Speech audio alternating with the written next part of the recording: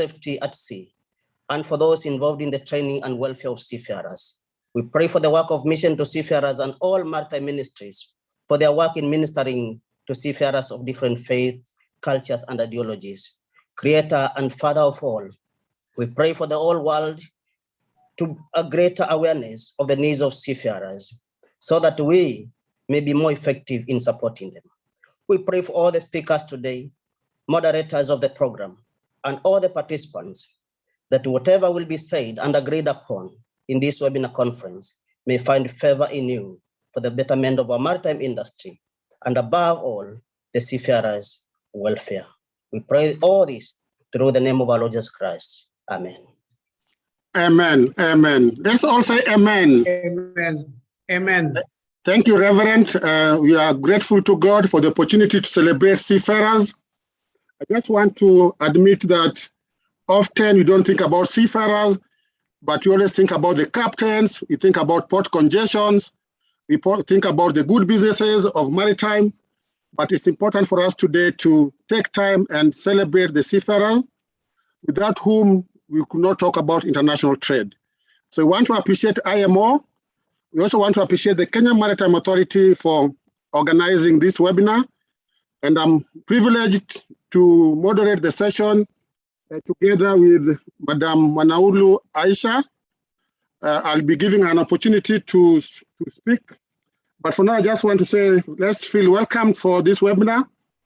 Madam Pierce, the only challenge about the current dynamic is that we are not able to feel the warmth of Africans, of shaking hands, of having a meal, of a celebration, but we need not complain because of technology enabling us to do that. So I want to take this opportunity to introduce my co-host, Ms. Aisha, a senior business analyst at the Kentrade and also project manager. Aisha, karibu sana.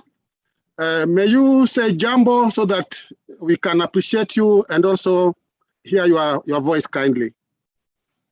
Thank you, Agayo. Good morning, everyone. My name is Manaulu Isa. I will be co-moderating this session with Mr. Agayo Gambi. Welcome to the session and happy World Maritime Day. We're glad to have you here and feel welcomed, and please contribute using our channels, that is the chat. We will be typing the hashtags to use. This is a global event. We are also streaming live on YouTube. The links will be pasted shortly. Thank you. Back to you, Agayo. Thank you, Aisha. Kind of you to bring to attention those announcements. Some simple house rules. We request kindly that this is a honorable meeting. It's being recorded, and in the next session, you'll be able to listen to experts give us some remarks. I want to take cognizance of Captain Muli, representing IMO. I'll be inviting him to make some address, but before then, let's just maintain the protocols of listening and muting in the event we are not asked to talk. Madam Pierce, as I said earlier, I'm grateful for your presence. And I said earlier, you're an expert in maritime. We look forward to your speech. That will be the highlight of today's session. We are humbled by the theme of the webinar, or the World Maritime Day, that is seafarers at the core of shipping, of the shipping's future. I think it's important for us to think of the future. Again, we also say in my culture that the past informs the future. So we would also like to appreciate what has been the past for the seafarers. How was it for them in 2020? A year that we'd wish to forget, but again, it's a year that we also want to appreciate the people who go out to make our lives comfortable. I'd like to invite my co-host just to tell us about this day, but in a nutshell, I'd like to say it's a day that raises awareness on seafarers. A number of us are aware of air hostess, we are aware of truck drivers, but very few of us know of seafarers, so I think it's a good opportunity time for us to get to know about them. And I'll be inviting my co-host to take us through that session. Madam Manaulu, kindly. Thank you, Agayo. So every year on 30th September, the International Maritime Organization and the Global Maritime Community come together to celebrate the annual World Maritime Day. And this year, the focus on the theme is seafarers at the core of shipping's future. This year's theme reflects a clear need to raise awareness of the seafarers' crucial role in world trade, increasing their visibility. As a result of the COVID-19 pandemic, the crew change crisis in 2020 has highlighted the seafarers' exceptional contribution as key and essential workers on the front line, delivering vital goods through a pandemic and in extraordinary times. The international community has seen how the ability for shipping services and seafarers to ensure the functioning of the global supply chains has been central to responding to and eventually overcoming this pandemic. This could not have happened without the professionalism and the dedication of the world seafarers.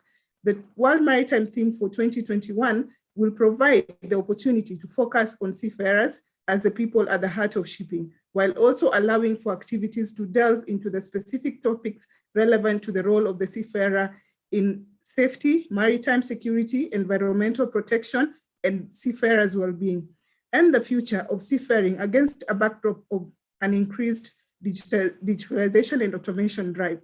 The theme also links to the United Nations Sustainable Development Goals, particularly SDG number 4 on education and training, SDG number 8 related to decent work, SDG number 9 on innovation and industry, which links to the promotion of a resilient maritime sector, and SDG number 5 on gender equality, which is linked to efforts to promoting seafaring as a career for all, including women in particular. International shipping transports more than 80% of global trade to people and communities all over the world. Shipping is the most efficient and cost-effective method of international transportation for most goods, as it provides a dependable, low-cost means of transporting goods globally, facilitating commerce and helping to create prosperity among nations and peoples. The world relies on a safe, secure, and efficient international shipping industry, which is an essential component of any program for future sustainable green economic growth in a sustainable manner. The promotion of sustainable shipping and sustainable maritime development is therefore one of the major priorities of IMO in the coming years. Therefore, energy efficiency, new technology and innovation, maritime education and training, maritime security, maritime traffic management, and the development of maritime infrastructure, which are linked to the implementation of global standards covering this and other issues, will underpin International Maritime Organization commitment to provide the institutional framework necessary for a green and sustainable global maritime transportation system. So this webinar today will cover most of the themes I have spoken about, as you will hear from the speakers on these topics. Thank you and welcome to the World Maritime Day, hosted by Kenya Maritime Authority 2021. Back to you, Agayo. Thank you very much, Madam Mwanaulu. Well spoken, well presented. I think what caught my attention is what I'd call the adage, seafarers are the heart of shipping. Think shipping, think seafarers. I also want to appreciate the enormous contribution in terms of them moving 80% of international trade and whose value is about 70% of total international trade. So it's right to say that the seafarers are at the heart of shipping, and we need not forget that. I just want to remind the meeting of the team. Seafarers are the core of shipping's future, meaning they have been there in the past, they are there in the present, and they must be there in the future. So the issue and the question we need to ask ourselves is, how is the environment for them? How supportive are we to them? And again, as a backdrop of digitalization, again, as a possible continued pandemic, how do they survive? How do you live? I recall often witnessing some trucks stuck at the borders, and you are empathizing with the truck drivers. The question is, who empathizes the seafarers? I think in this webinar, I'm certain that through the remarks, through the discourse we're going to have, we'll be able to put forward the critical contribution of seafarers. Allow me also to appreciate the presence of the representative of DG Kenya Maritime Authority, Mr. Omingo, and we are happy to have you, Mr. Omingo, on board. The program is into 3 sessions. We'll have some remarks, we'll have panel discussion, and then finally we'll have an open session for all of us to make our comments and also to appreciate the seafarers, and then we'll have a way forward. The intention is to have this webinar done and dusted by around 11:35. We are cognizant of the fact that you are possibly busy, and I'd hate to see people logging in, but having left and they are not part of the meeting. So I just want us to get more engaging, and I pray that you remain tuned. To the extent that Madam PS is present, none of us is allowed to leave. If you are to leave, kindly let us know that you have left so that we don't call you and you're not present. So I want to acknowledge also the presence of the panelists. We have Mr. Talib Ibrahim, I'm a Navy officer. We have Betty McKenna, a ship inspector. We have Brigadier Vincent Leonena, hope I pronounced it well, Director General, Kenya Coast Guard Services. Karibu Sana, Brigadier. We have Mr. Francis Muraya, Acting Director, Bandari Maritime Academy. I'm hopeful he'll be able to tell us about the training opportunities for seafarers, whether we have training for them, what is the challenge, what are the opportunities. Then I'm also happy to have Mr. Martin Karani, a Group Chief Executive Officer, Express Shipping. And I think he'll be able to tell us some relationship between the shipping lines and the seafarers and what the bond is like. We're also privileged to have Fiona Bandi, a chairperson of Association of Women in the Maritime Sector, Eastern and Southern Africa. What a title, WOMESA.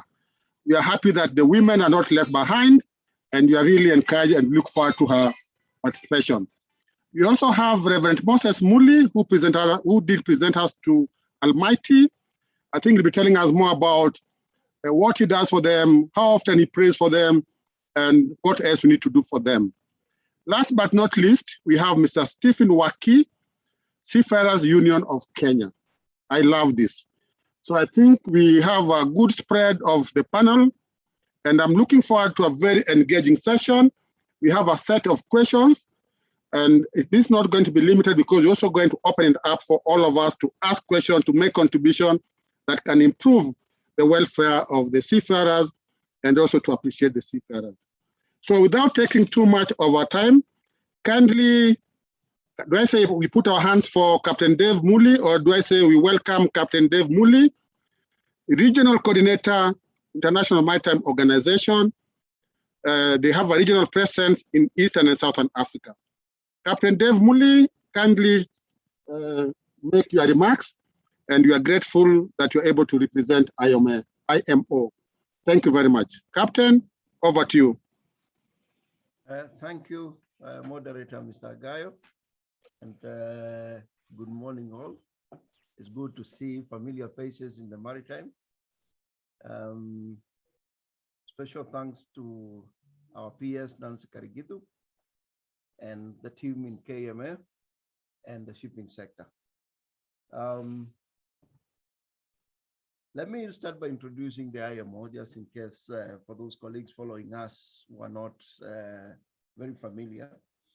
We are a UN specialized agency, and we are charged with regulation of shipping. What I would want to say is, in all the business of the IMO, seafarers are at the core of everything we do. May it be regulatory work on safety of shipping, marine environment protection, human element. We have the seafarers. Now, we celebrate the 2021 World Maritime Day. I would say the middle of crisis, which we are all aware, and which has also prompted us to rethink about the seafarers, and even coming up with the theme for the 2021, which is Seafarers at the call of shipping. And we have called this 2021 to be the year of action for seafarers. I would want to say today, key maritime institutions will be shown blue, the IMO headquarters will blue, and various ports. And that is to make known to the world that there are people who are at the core of the services we get. Even in our kitchen, in everything we do, the cars we drive, there is an aspect of the seafarer. Now, particularly on COVID-19, I would want to single out the UN General Assembly resolution, which called for the designation of seafarers as key workers, and which I'm very happy to note the Kenyan government is one of the countries which heeded to this resolution and actually did designate seafarers as key workers. They have also gone ahead and called for prioritization of vaccination for seafarers. And again, I want also to single out the government of Kenya because it has prioritized the vaccination and it has put in place a system where seafarers have been able to get vaccinated. While we are still on this, the IMO has established a multi-divisional Seafarers Crisis Action Team, which monitor developments and coordinate efforts. It communicates with the relevant stakeholders and provide targeted support in individual cases and particular urgent situations. And this dedicated team often works alongside with the International Labour Organization, the ITF, International Workers Federation, and the ICS, that is the International Chamber of Shipping. And since the beginning of this crisis, this team has been working around the clock to find solutions, reassuring seafarers that contact IMO direct or contacting representatives from the national government, NGOs, trade unions, or relevant association, or even orienting seafarers towards the right organization when we have this crisis. And IMO has done swift interventions, has made a difference for seafarers around the globe. The Secretary General has issued personal statements to exhort member states to respect the rights of seafarers and also to uphold the obligations placed upon them under various ILO and IMO conventions. More so, IMO continues to work with the government at the diplomatic level to encourage local and national travel restrictions to be lifted for seafarers. While still on the work of the IMO has issued various circulars, among them a circular 4204, which ensures that there is crew change. There is also the circular on personal protective clothes. And we've also issued a circular on ensuring shipboard interface between ship and shore-based personnel. And also we have issued various guidance on governments on how to deal with the seafarers crisis. In September, IMO Safety Committee adopted a resolution calling on all governments to take urgent actions to resolve the humanitarian and safety crisis faced by international shipping community as a result of COVID-19 pandemic.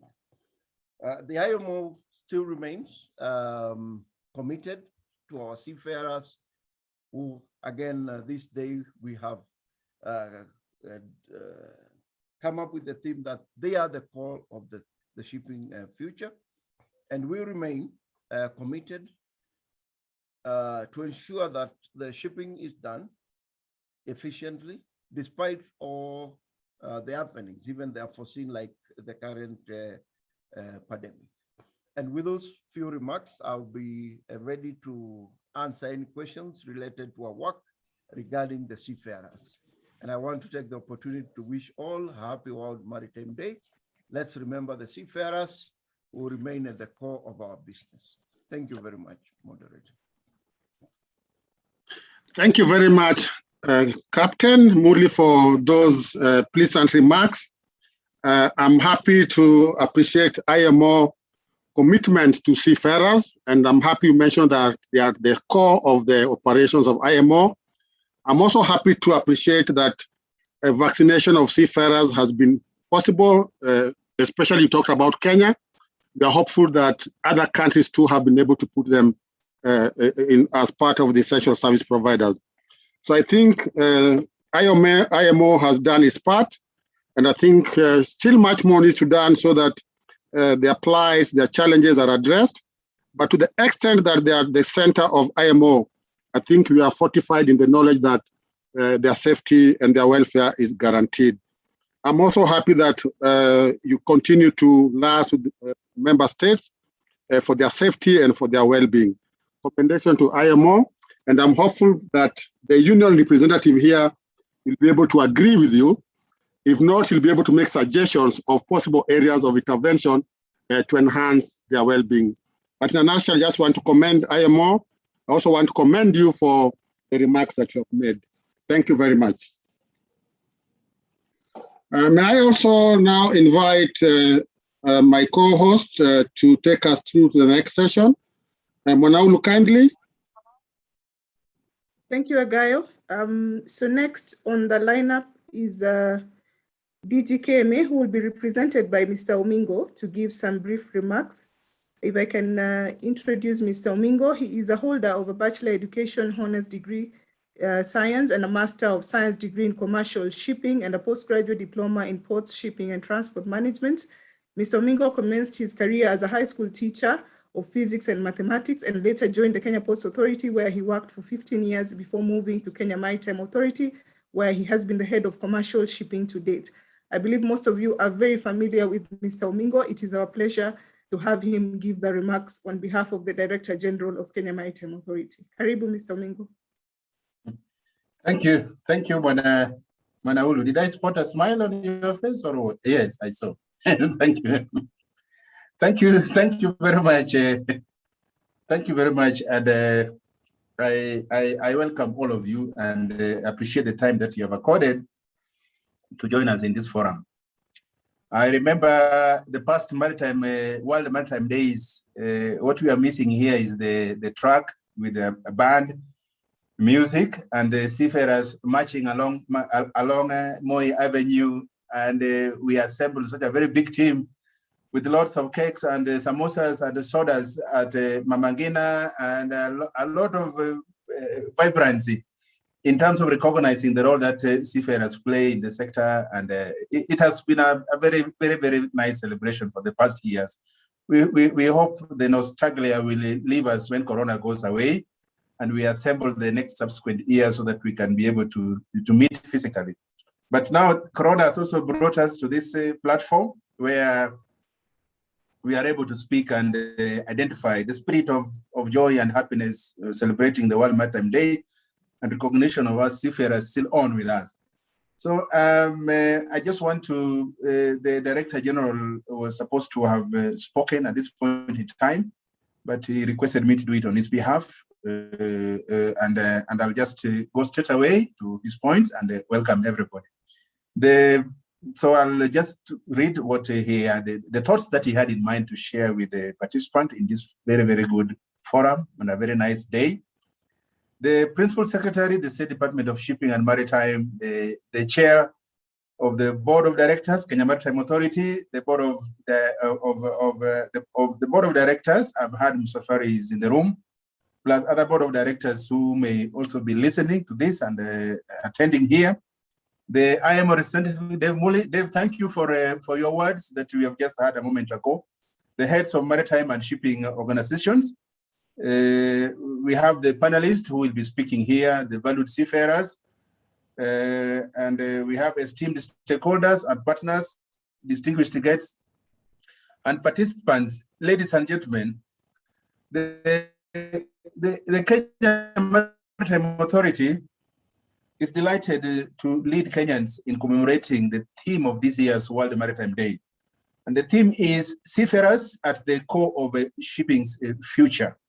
As we all celebrate World Maritime Day, let us ask ourselves a few questions come into mind. Who are seafarers? Can the shipping industry survive without the seafarers?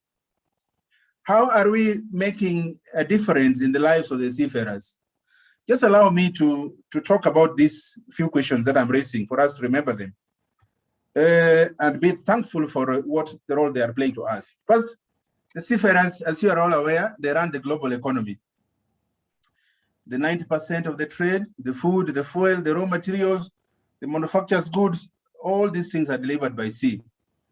And it is because of the 1.6 skilled and brave seafarers around the waters that businesses around the world can be able to move. Kikomba is vibrant today because of the seafarers, and all the businesses that are running in town everywhere are because of this. They thrive, and people are able to buy the things that they desire from their favorite stores, supermarkets, even despite the pandemic that has harassed us, because the seafarers are there. Again, seafarers are they sacrifice their social life. One of the biggest difficulties that a seafarer faces in his or her life, this is not out of choice, is staying away from their loved ones while they are carrying out their duties at sea. There's nowhere else they can do that. They have to stay away from them. Next, the seafarers, they risk their lives through passages in areas where there are pirates and the war zones. And sometimes when they pass through these areas, they pass under a lot of stress and risks that they encounter. Sometimes they even encounter them and becomes quite a problem to them. Nextly, the seafarers, they face extreme health conditions. They move from one country to another country and interact, and they're likely to pick out ailments arising from the weather or interaction with different people. Apart from the physical hazards, such as diseases and injuries, the seafarers also have psychological challenges because of homesickness, loneliness, fatigue, and being apart from their life at home, their children. They are forced to be away. So this brings a lot of psychological challenges because communication still takes place. They hear the problems at home and they are nowhere to turn up in person because they are at sea. So this normally brings a lot of challenges. Again, regulatory controls, particularly with the breakout of the COVID, there are so many restrictions that the seafarers have faced. Apart from the regulatory compliance issues that they must maintain while at sea, and this could be quite challenging, in addition to their own training requirements, and all those bring challenges. The regulatory controls, they are good for the industry, but they also have their own challenges that they face. The seafarers, they work around the globe because seafarers work tirelessly day and night to ensure ships sail safely to and from ports all over the world. Seafarers are at risk of criminalization and abandonment while performing their duties. They live with the least accommodation and communication facilities by nature of the space they occupy. And while people on land, they have the luxury to call their loved ones as when they want. The seafarers often have to wait until they reach land or to find a place where they are able to link up. There is a lot of network failures when they are in the high seas.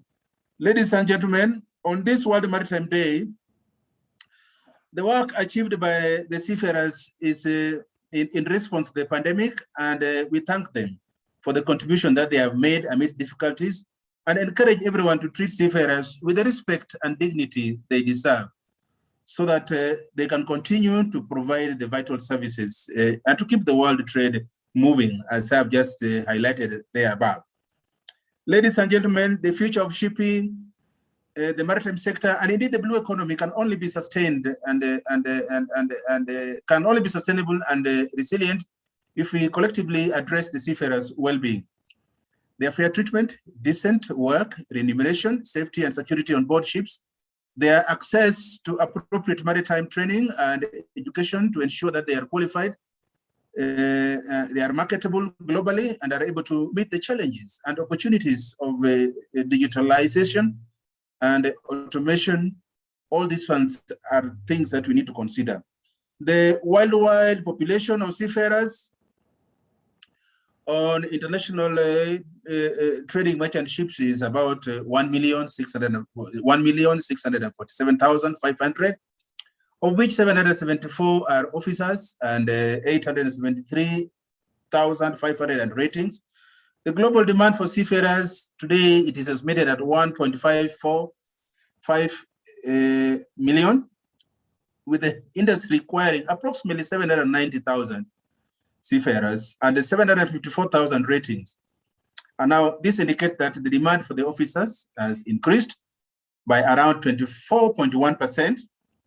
And while the demand for ratings has increased by around 1.0%, now the current supply-demand situation highlights a shortage of approximately 16,500 officers and a surplus of around 190,000 ratings. While the global supply of officers is forecast to increase steadily, this trend is expected to be outpaced by increasing demand as the global economy grows and people continue to trade. Actually, research indicates that the forecast growth in the world merchant fleet over the next 10 years and its anticipated demand for seafarers is likely to continue the trend of an overall shortage in the supply of officers.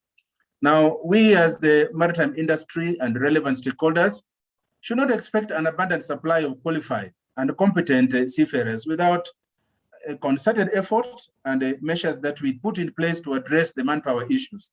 Particularly in this part of our world, the manpower is a serious problem that we need to address. And though promotion of careers and the sea for both men and women, enhancements of maritime education and training, addressing retention of seafarers and enhancement of regulatory mechanisms to protect seafarers, these are measures that we have to put in place. We need to increase our synergy levels and strengthen our partnerships to develop our pool of qualified seafarers and maritime workforce. We need to continue to share progressive information and data about maritime workers and seafarers, especially in times of crisis, such as during the repatriation, abandonment, and mistreatment of seafarers. Ladies and gentlemen, Kenya Maritime Authority appreciate the mutual relationship that has developed over the years with the Seafarers Union. We have had a good relations with the SUC. We have also related with the International Transport Workers Federation, the ship owners, recruitment and placement agents, the number of which has increased of late. We have had relations with the Mission to Seafarers and other social partners in the spirit of International Labour Organization of tripartite consultations. Whilst the authority is mandated, among others, functions to oversee training, recruitment and welfare of the seafarers, KMA believes that working together with the stakeholders and social partners is very key to realizing the objectives of developing maritime labor for the international market to contribute to our national economic growth and also development in line with the Big Four agenda of our country and also the Blue Economy initiatives that are ongoing. KMA achievements in the maritime industry are attributed to the hard work and the sacrifice of the well-trained seafarers who work on board vessels, both ocean-going and coastal, and for months on end to ensure the global trade is safe, efficient, and successful all the year round. And so the authority will continue to empower seafarers, will continue to engage the ship owners, and so then we will be at the forefront in creating awareness to the adherence of the Merchant Shipping Act, because that's what guides us, plus associated regulations. The authority has also continued to intervene in various cases of abandonment of seafarers. We have seen it both for Kenyan and foreign ships happening. And through the collaboration with the port state and the flag state and the social partners, we have seen a much of a resolution of issues that normally arise from this kind of problems that encounter the shipping community. On this respect, then, the authority urges the Kenyan seafarers, recruitment and placement agents for seafarers and the ship owners to adhere with the requirements of the Merchant Shipping Act. And this will enhance compliance with the Maritime Labour Law Convention 2006, and also reduce cases of abandonment and breach of seafarers' employment agreements. Seafarers and recruitment and placement agents are also reminded of the importance of depositing copies of all seafarers' employment agreements to the register of seafarers based at the authority offices, because by so doing, seafarers are accorded the opportunity to clarify their terms of employment before signing and also with their employers. And also, in case a problem arises in future, we have a document that can guide how we can get faster solutions. Ladies and gentlemen, in respect to overseeing the recruitment of seafarers, KMA has licensed 7 recruitment and placement agencies for seafarers in accordance with the regulation 1.4 of the Maritime Labour Convention, MLC 2006, as amended. Section 118 of the Merchant Shipping Act also has guided us in that process. Now, KMA facilitates employment of Kenyan seafarers through the regulation of recruitment and placement agents for the seafarers. Currently, the authority has licensed 7 recruitment agents. We have Mombasa Ocean Agency, we have Diverse Shipping, we have Alpha Logistics, we have East Africa Deep Sea Fishing, and the Mediterranean Shipping Company, Ship Management Limited. We also accredited the medical practitioners. These are very key requirements for the recruitment of the seafarers. This one's the examined seafarers to ensure that they are medically fit to work on board ships. The authority has currently approved 7 medical institutions for seafarers. Now we have the Mombasa Hostel, we have Bandari Clinic, we have Watamu Hostel, Mombasa Medical Practice, we have Kisumu Health Facility, we have Coast X-Ray Center, and Masala Health Services Limited. Aspiring recruitment and placement agents for seafarers and also medical practitioners for the seafarers are encouraged to apply. The application forms can be downloaded from our website, and you can be able to provide this service as the numbers continue to grow up. The employment of Kenyan seafarers is expected to increase the foreign income to Kenya, and also it will also boost the gross domestic product, as well as the help up in the achievement of the Big 4 agenda as it is. The authority also has a register for seafarers. We need to register. We remind the seafarers to register and update their records so that we are able to liaise with the ship owners and the other flag state agencies should there be a need when you are fully registered. Furthermore, the authority is dedicated to in progressing the welfare of seafarers. We mediate in many disputes that normally arise. We undertake port state control and flag state inspections. We conduct the inspections, which also include, among others, the working conditions and the kind of work environment that the seafarers face on board. And these ones, we plan to enhance the input in this area just to ensure that as a seafarer, we take care of your interests in terms of counter-checking whether you are properly fed, because a happy ship is normally the safest one. The safety of the Kenyan seafarers is assured through a collaborative verification of certificates programs. We do this by flag states as well as the ship owners and also the ship management companies. We also verify certificates issued to other flag states to ensure that the seafarer safety on board is before issuance of the Kenyan seafarers discharge certificates and also the record books. Finally, ladies and gentlemen, promoting the seafarers' welfare and fair treatment of the seafarers remain at the heart of the Kenya Maritime Authority's work. We recognize that seafarers are indispensable, as we have narrated there above, and that seafarers are indeed at the core of the shipping's future. And the prospect is big with the training institutions that have been set up and the framework that is currently being developed to bring up the blue economy issues. There'll be need to have seafarers. So in seafarers, I can assure you, as I wind up, that you have a future in this country. May God bless you and give you peace and keep you hardworking and growth-oriented in your various careers that you undertake. And thank you, and may God bless you so much. Thank you. Welcome.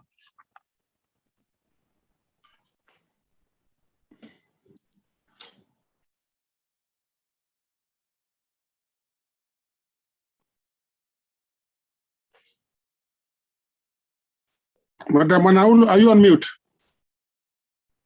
Yes, thank you, Agayo. Thank you, Mr. Omingo, for those remarks. Clearly, we've heard from you the role of KMA, the important role that Kenya Maritime Authority plays, not only as a regulator, but to just ensure that our seafarers receive the requisite training, they have the accredited institutions in terms of getting the medical certificates, which you have listed across the country.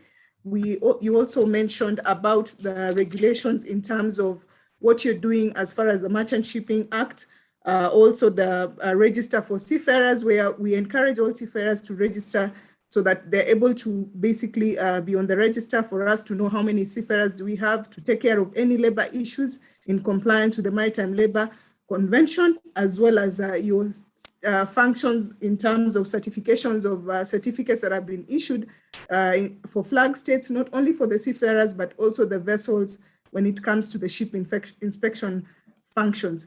So our next session, I believe our next speaker will be the Chairman, Kenya Maritime Authority. Over to you, Gayo. Thank you very much. Thank you very much. The host has stopped my video, so I just request the host to allow me to show my face as I age graciously. Okay, thanks. At least my gray hair can be seen. Thank you, Mr. Mingo. I wouldn't like to repeat what my co-host has said, but I love two things: to treat the seafarers with dignity, and what would excite all of us, including the PS, is employment opportunities. So my question is, how do we benefit from the employment opportunities, given the tough times we are facing as a country in terms of the number of unemployed? So I think that's something that Bandari College, our distinguished peers, and all of us need to internalize and harness the opportunities. What will it take Kenya to be a major player in terms of providing seafarers to the globe? We have given the globe enough runners. We have given the globe enough rugby players. We are struggling with the football, but I see some hanging fruits here. It's over to us, and I'm happy to have the chairman speak and tell us possibly what we need to do right to have this taken. Chief guest, allow me to introduce two of my friends, and I'll beseech them to forgive me for not having introduced them earlier. I have my friend, Mr. David Garama, a director at Kentrade, and Kentrade has been recognized as a key trade facilitation agency, saving the Kenyan economy about 5 billion, according to the World Bank. David Garama, karibu sana. We look forward to your discussion on digitalization, and possibly if this means more work for seafarers, or it means they go home. So David, karibu sana. Last but not least is my friend Beth Morisho from the Democratic Republic of Congo. Karibu sana. We also look forward to listen to you, and we appreciate DRC using the port of Mombasa, and I think you are joined in the port. So karibu sana, Betha, and once again, my apologies for not having introduced you earlier, and I look forward to your contribution. Friends, ladies and gentlemen, I would like to introduce and welcome Geoffrey. He's got an awesome CV. But I'd just like to say that Godfrey is the chairperson of Kenya Maritime Authority. He's a maritime economist. He's currently doing his PhD in international economics. What I love most yeye ni mwalimu. He's a teacher at Moi University. So when mwalimu speaks, students listen. And I hope he's not going to give us homework. We are closing school today. So we are hopeful that he's just going to tell us what KMA is doing, how do we harness the employment opportunity, what are the gaps, and possibly tease all of us to action. Godfrey Mwango, karibu sana. And allow me to say that Godfrey is a former employee of KMA. So at heart, in mind, in vision is KMA. Bwana Mwango, karibu sana. Thank you, Gayo Gambi. Thank you so much for that very good intro, but you missed my name. I'm Geoffrey, not Godfrey. Oh. It's not the first time we are getting into this, but when I'm in Nyanza, they call me Omwangu. In Asia, they used to call me Mango. So I think I need to live with that. So basically, but let's put that on side.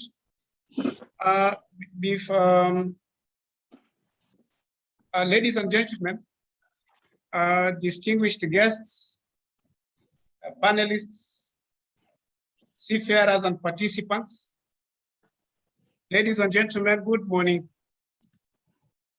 I would like to start by having us to put our thoughts and prayers for MT Strovos.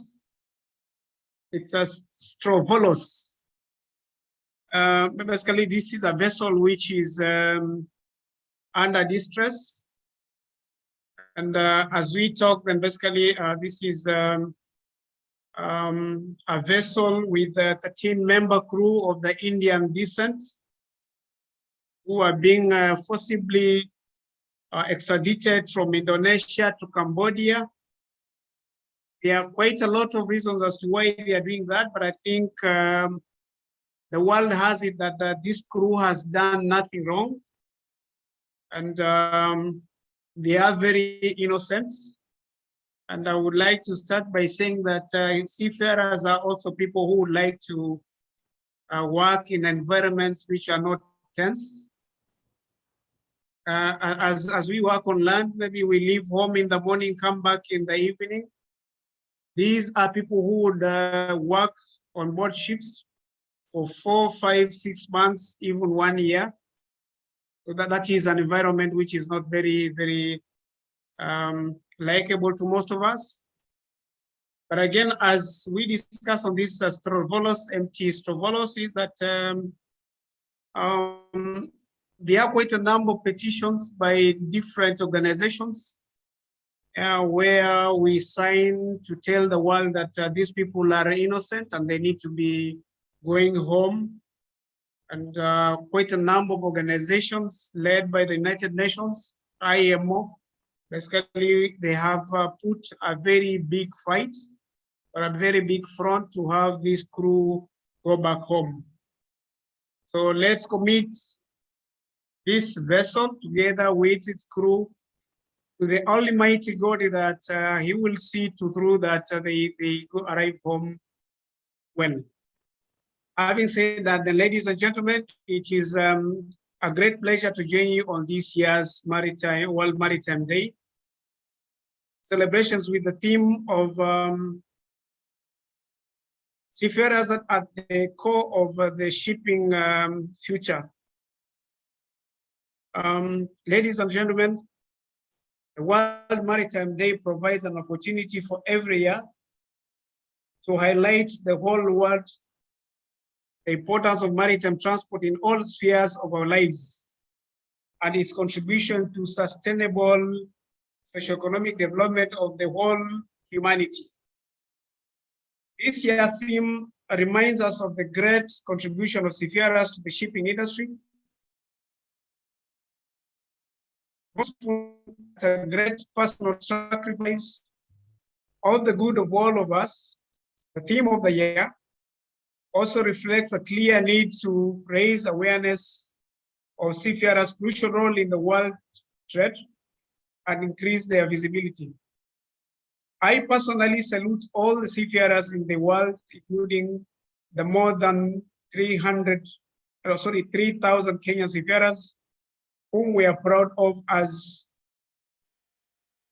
an authority. Kenya Maritime Authority is committed to the development of the shipping sector in Kenya, particularly development of the seafarers through training, certification, and oversight of their welfare. Indeed, the recent appointment of the members of the Maritime Wages Council on 17th September 2021.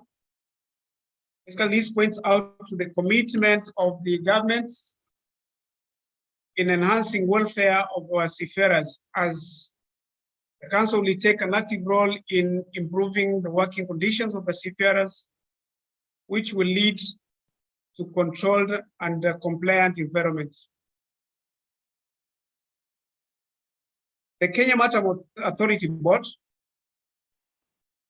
as me being there as the chair, basically the board is committed to the provision of policy direction, the availing of resources that will ensure the development of seafarers in Kenya and for Kenya to become a major seafarers supplying country in Africa.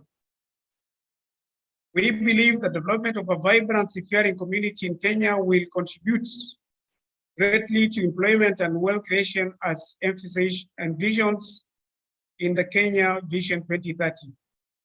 This is why our strategic plans and budgets, we have given quite a lot of importance and targeted indicators to the education of the youth, more so as we partner with like-thinking stakeholders. For example, I can mention health, where the authority through the board has put a training fund. We have started effective now that we have a fund for the would-be potential seafarers, more so the youth, basically for them to achieve their dreams when it comes to joining the seafaring nation. So HELP basically is going to, the amount, the training fund which is given to HELP basically is going to be solely for maritime students, regardless of the institution which will have given that student the go ahead to study, where they would apply, train, and if possibly they give back to that revolving fund so that other students also would be able to achieve. And in this then, we applaud the government for its support to the authority in its endeavor to adequately regulate the development of all aspects of seafaring in Kenya, that is including training, certification, as well as recruitment and placement. The future of Kenyan seafarer can only be bright, and we look forward to working with all stakeholders to achieve a bright future for all seafarers, for the benefit of Kenya and the world's socioeconomic development. And in this, then I would like to point to the seafarers. And in this, I'm going to borrow an example which happened within our territory. And in this, then I'm giving reference to the accident which happened in on Lake Victoria recently at Homa Bay, the Pier Beach, where we had that vessel heavily loaded with bags of cement, iron sheets, other cargoes, together with passengers. And in this, then, as this is an activity which is for the participation in economic development and growth of the country, then I would wish to urge seafarers basically to observe to the compliance guidelines at all times. Basically, this is to make sure that whatever is supposed to be carried, whether cargoes or people, then basically we are putting the right quantities and numbers. We also urge our partners in the country to collaborate with Kenya Maritime Authority as regards to this. With those very many remarks, I'm pleased to announce that I have a daughter who is into training to be a seafarer. She's in the program of nautical studies, and soon and very soon, maybe she will be part of this team. And this, then I would wish to say that seafarer training is quite expensive, as we know, but as an authority, with my earlier statement that we are collaborating or we're partnering with the HELP, basically it should be able to be put easy for those who would wish to join, to quickly join and consume that opportunity. Lastly, I would wish to wish the seafaring fraternity, the maritime fraternity, fruitful deliberations. And at my own accord, I would like to encourage all seafarers to have no fear of the new horizons and be our ambassadors all over the world. Happy celebrations. Happy World Maritime Day. Asanteni sana. Thank you very much, Mr. Mwango. Very happy for what I heard from you. I can see you have enough conviction and belief that the Seafarers is indeed at the heart, since you have already enlisted your daughter. So that is commendable. You are carrier of both good and bad news. I think the good news is that there's enough funds for training. So we see that as a good opportunity. I think the sad news is what happened in Lake Victoria. And I've been listening often, and KMA is mentioned severally. I think we just have to ensure safety. And then we also heard about the vessel in duress, and I think those are concerns that are leave it for us to appreciate the dangers that seafarers undergo each day. So we just want to appreciate you, and we are excited that KMA is in the forefront of ensuring safety, appropriate regulations, and you're the link between Madam PS in terms of policies and in terms of operations. And at the Shippers Council, as cargo owners, we just want to appreciate the seafarers. Without them, we would not be talking about industrialization, you would not be talking about economic growth, you would not be talking about employment. I was just thinking and saying, if we did not have seafarers, even the vaccines, even the foods we are eating today would not be there. So once again, thank you very much for those remarks. May I kindly request you, Chair, to invite our chief guest. We honestly look forward to listening to our words of encouragement. You have the dollars. I think a blend between you and her is also going to enact some policies. So kindly invite our chief guest to make her remarks.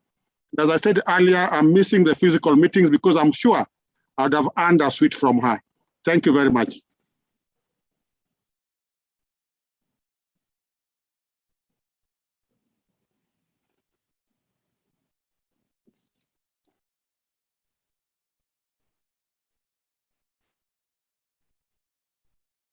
Mr. Mwango, over to you to invite the Honorable PS, kindly. Thank you, Gayo Gambi. I can see you're avoiding Geoffrey, not to mention Godfrey, but nevertheless, my role basically now is to invite Madam Nancy Karigitu, CBS. Madam Nancy is the Principal Secretary, State Department for Maritime and Shipping Affairs, the Minister of Transport, Infrastructure, Housing and Urban Development, which is with the responsibility for promotion of the maritime and shipping industry in Kenya.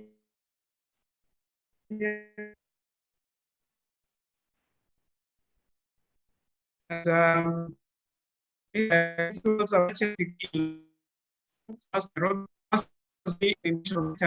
from the IMO IMLI based in Malta. But other than that, then Madam Nancy, you have been very instrumental in our discussion today. Yeah, from training to placement to opportunities. Yeah, you know, when I hear Madam Nancy, basically I'm hearing the maritime sector, both within the country and outside the country. So in this, then without much ado, then I would like to bring on board Madam Nancy Karibu, address your people. Madam Nancy. Thank you very much, Chairman, for that kind introduction. Thank you, Agayo, and your co-moderator, Madam Mwanaulu. The chairperson and board of directors present of Kenya Maritime Authority, Director General, Kenya Maritime Authority, represented by Mr. Omingo. One of our own, previously Captain Muli, now today as the IMO representative, heads of maritime and shipping organizations present, my co-panelists, our very valued seafarers in this forum, our esteemed stakeholders and partners, distinguished guests and participants, ladies and gentlemen.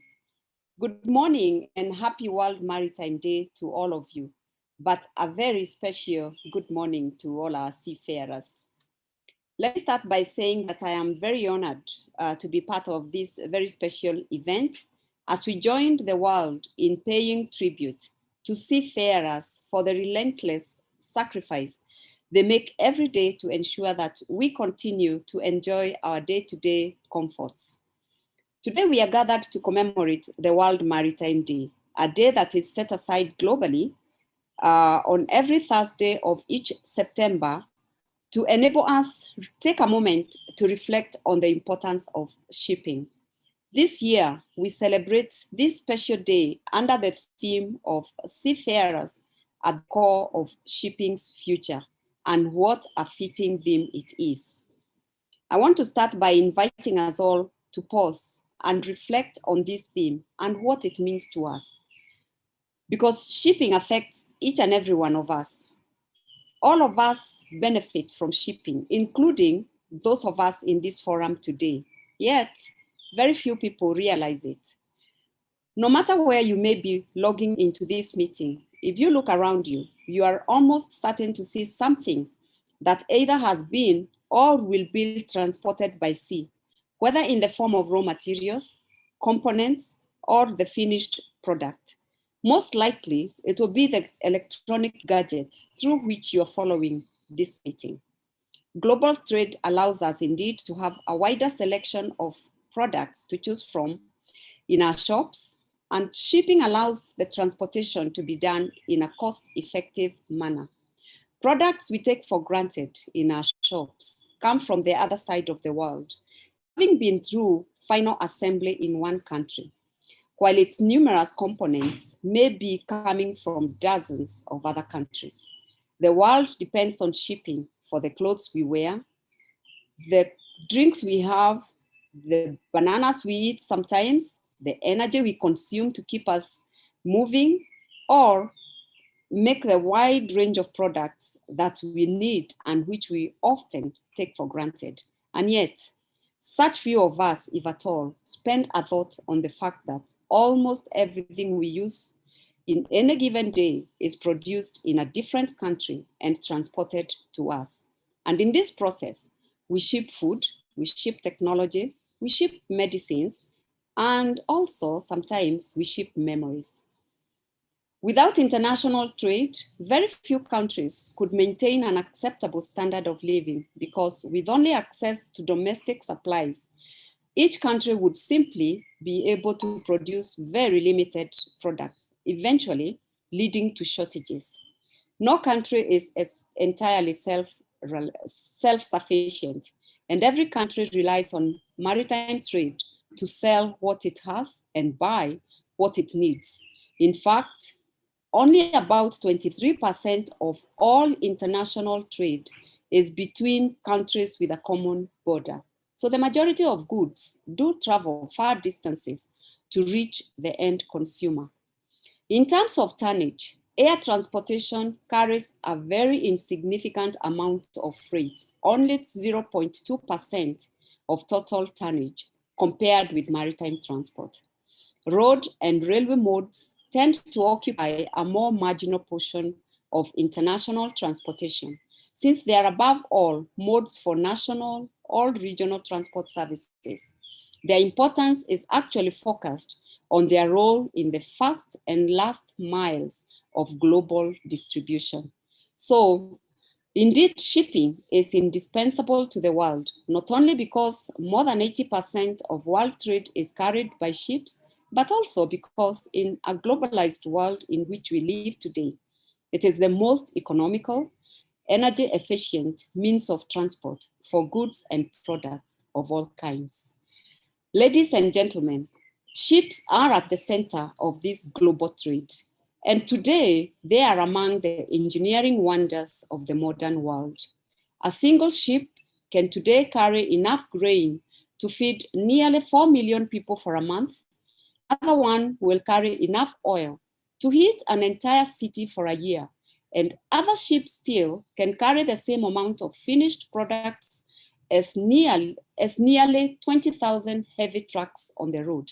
Indeed, one ship can easily carry 11,000 containers of finished goods and products on a single voyage, and this is not even the biggest ship there is. Of those 11,000 containers, if they were loaded on a train, that train would need to be 77,000 kilometers long.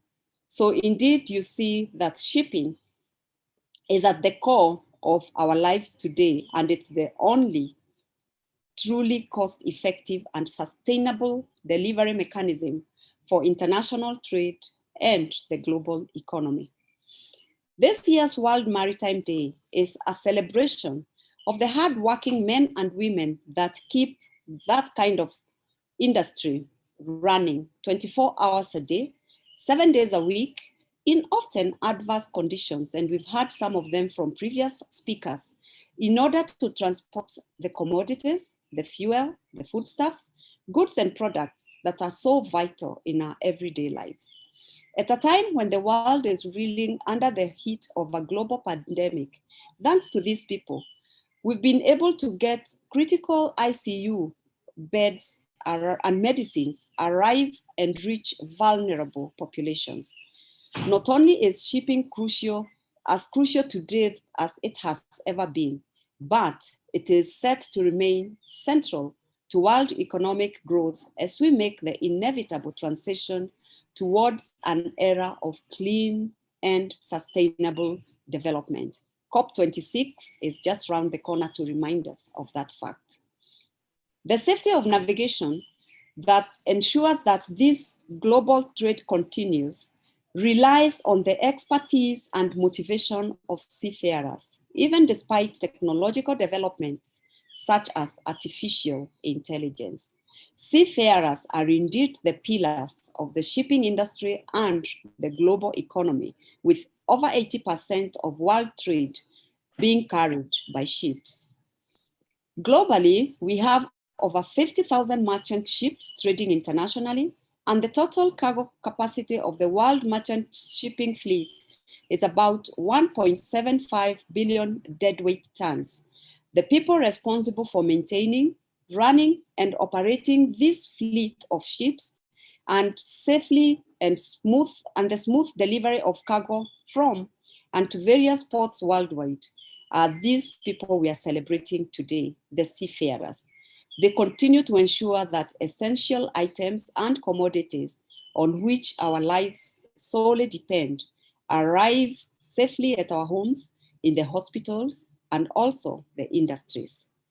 Ladies and gentlemen, COVID-19 has placed unusual demands on seafarers worldwide, with some men and women being stranded on ships for months, way beyond their original contracts, unable to get back home to their families due to national travel restrictions on a scale never before imagined in the modern world. Others have been unable to join ships and earn a living, so have had to remain at home, while yet other seafarers have faced very difficult working conditions, including uncertainties about port access, resupply, crew change, and repatriation conditions, all of which have led to fatigue due to prolonged stay on board ships. All of these factors affect the mental health of the seafarers. Yet still, the COVID-19 pandemic has highlighted the professionalism, the sacrifice, and resilience of the 1.6 million seafarers working on this world's fleets of ships who continue to transport the world trade, including vital medical supplies, food, and other basic goods that are critical for the COVID-19 response and recovery. Shipping and maritime global trade continue to thrive uninterrupted because seafarers remain on the front line, braving the seas and delivering these vital goods to countries worldwide. Seafarers are indeed the unsung and unfeatured heroes of the COVID-19 pandemic. Ladies and gentlemen, As government, some of the measures we've taken have been very well highlighted by previous speakers, not least the DG of KMA and most recently the chairman. Indeed, the government of Kenya has taken bold steps to secure the welfare of seafarers, especially during the COVID-19 pandemic, particularly due to the country's commitment under the Maritime Labour Convention 2006 as amended. Indeed, Kenya was the first country in Africa to declare the port of Mombasa as a crew change center. The government quickly developed guidelines to allow ships to change and repatriate crew from the port of Mombasa, and the crew change guidelines that we developed have enabled coordinated embarkation and disembarkation processes for seafarers during the pandemic period. We've also enabled safe crew change, as well as established safe COVID-19 transmission prevention measures to be observed by those interacting with the seafarers during such crew change. To date, Kenya has safely overseen crew changes for over 1,800 seafarers. Crew change at the port of Mombasa has not come without, crew change at the port of Mombasa has been allowed for the following categories of seafarers. Number one, the seafarers who have completed their employment contracts in accordance with the Seafarer Employment Agreement, those who are no longer medically fit to continue working on board ships, those wishing to sign off on compassionate grounds, and finally, seafarers whose sign-off does not affect the safe manning of the ship on which they've been serving. The implementation of these crew change protocols by the government of Kenya has in turn yielded benefits and other opportunities, such as, of course, marketing the Port of Mombasa as a crew change center to the global shipping industry, which has brought with it some opportunities for local businesses, such as shipping agents, hotels, airlines, and local transport providers. It has also brought opportunities for employment for Kenyan seafarers who have been able to replace some of the foreign crew signing off from Kenyan ports, as well as strengthening interagency cooperation between government agencies involved in crew change, such as the Kenya Maritime Authority, Port Health, State Department of Immigration Services, and the Kenya Ports Authority, as they work together very closely and on a daily basis at odd hours most times in order to facilitate crew change requests. Ladies and gentlemen, Kenya government is cognizant of the challenges faced by seafarers and the global shipping industry as a result of the COVID-19 pandemic. And as a result, we have recognized and embraced seafarers as essential workers. In this regard, government has prioritized seafarers in receiving COVID-19 vaccines.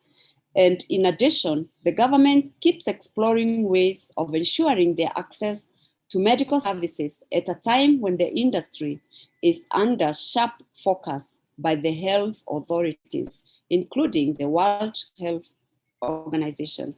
In this regard, one of the measures under consideration is the establishment of a medical clinic for seafarers at the Bandari Maritime Academy in order to cater for the unique needs of seafarers. Engagements are currently going on with the Ministry of Health on the mode of implementation. Kenya continues to recognize and appreciate the fundamental role that seafarers play in running the global supply chains, even as the world and ourselves grapple with the COVID-19 pandemic. In regard to the welfare of seafarers, the government is committed to resolving the current disparity in wages of Kenyan seafarers as compared to seafarers from other destinations who have and in this regard, we have a wage council standard in the making now, because we have the council in place in order to ensure that Kenyan seafarers receive equitable pay for equal work on board ships. We are also keenly looking forward to ensuring competitive remuneration and also serve as an encouragement to new entrants in these professionals. So, Chairman, your daughter is coming in at a good time. We look forward to also ratifying some of the major conventions. And as we speak, a process is in Parliament for the adoption of a report that will bring into force 5 very key conventions and protocols that are set to enhance the welfare of our seafarers, list of which is the Seafarers Identity document that will be able to facilitate seamless travel for embarkation and disembarkation of our seafarers using the standard SID document without the need for visa applications, which, as you know, can be quite laborious, long, and takes a lot of time with a lot of anxiety. We are dedicated, therefore, to progressing the welfare of seafarers by providing an adequate regulatory framework that supports the equitable and fair treatment of our seafarers. And this is the reason we ratified the Maritime Labor Conventions in Convention 2006. And right now, a process of review of the relevant regulations is ongoing. The review is a collaborative effort between this state department as well as the Kenya Maritime Authority. And we've been very fortunate to get the oversight in this exercise of the World Maritime University. That's ensuring that we are going to be at par with the best in the implementation of this convention. Furthermore, the government has championed, as I have said, the ratification of key maritime conventions, and anytime now, we are looking forward to the announcement by Parliament that the process has completed. So with these measures, I'm sure you will be hearing more about the measures we've put in place to ensure access to quality maritime education and training, as well as to ensure that Bandari Maritime Academy is kitted to ensure the certification and training of as many of the professional certification, proficiency, and competency certifications as are mandatory. We keep the flame alive in exploring collaboration with as many partners as we can in order to ensure we have MOUs with the best in the industry to make sure that we expose and we provide as much opportunities for our seafarers as possible. Only last week, we had confirmation with the Bahri shipping company of Saudi Arabia that they are also going to start lifting again post-COVID of our seafarers. And we continue to make strides and we look forward to negotiating and concluding more and more agreements.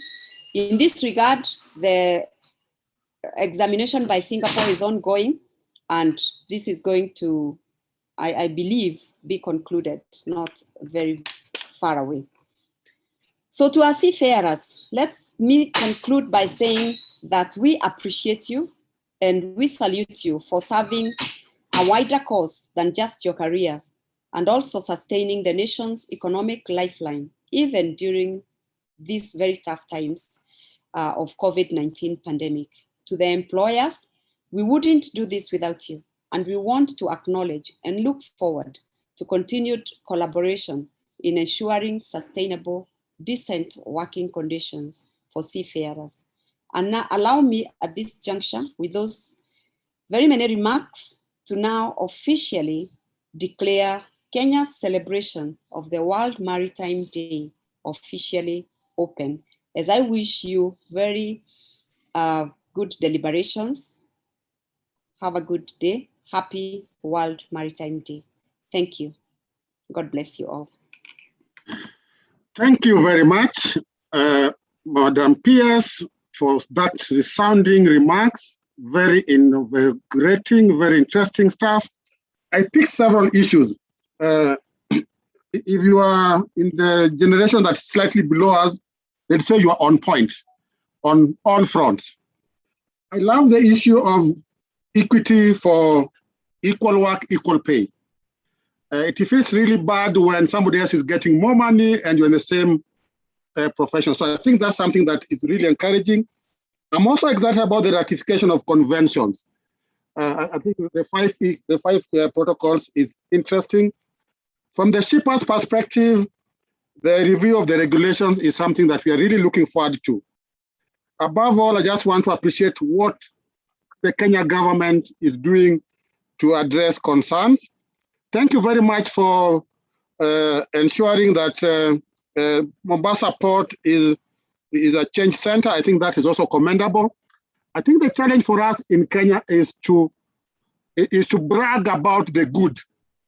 We seem to read too much about lamentation. We're always lamenting about this, about that, but listening to the PS, there's good stuff.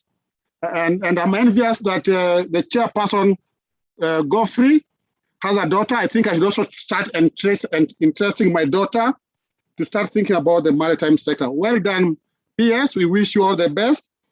I think the key for me is out of 1.6 million, how can we have the big cake? We're at about 3,000 seafarers, not bad, not very good, but I think there's exciting time for us. I like your speech because you spoke to our hearts. When you talked about medicaments, when you talked about electronics, when you talked about the vaccines being moved by the seafarers, it was really talking to our hearts and it's something to appreciate. So thank you very much. We really applaud the work we are doing.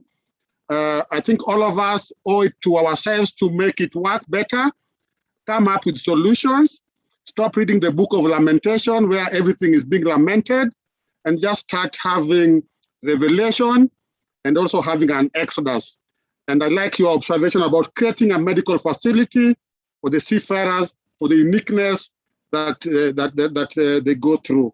Thank you, and we wish you all the best.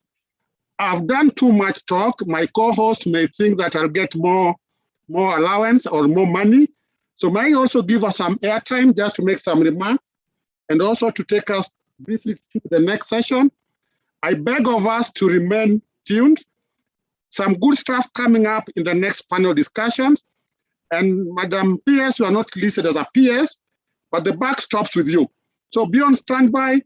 All the easy questions for you, no, the reverse. All the difficult questions for you, the easy questions for the panelists. My co-host, kindly take it over. Thank you, Agayo, and thank you, Madam PS, for your remarks. I think Agayo has highlighted a number of key issues that you have mentioned. For me, some of my takeaways are the efforts being done by the government in ensuring that we are up to date in ratifying a number of conventions that basically touch on the seafarers' welfare, including the MLC 2006, as well as the efforts to have the digitization of the seafarers' ID documents so that they do not have to then have visas and just get through the bureaucratic process of just moving around. You also mentioned on the issue of the government championing a number of MOUs to allow our seafarers to get on board training as well as to join ships in terms of employment. And Bandari as one of those institutions that I believe have been doing a lot of work when it comes to the training of seafarers and the MOUs, as well as the issues to do with Bandari having a medical facility.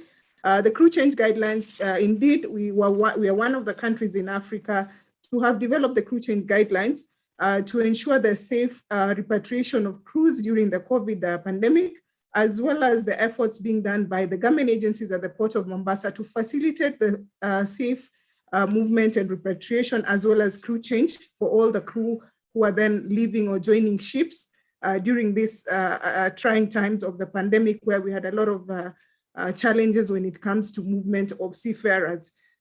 We also note the issues to do with the conditions regarding the working conditions of the seafarers faced also with the pandemic as they transport most of our essential goods, including the vaccines, just to ensure that we as citizens of this country get the proper medical attention when it comes to the vaccines, as well as a number of essential goods just for the economy to basically move forward.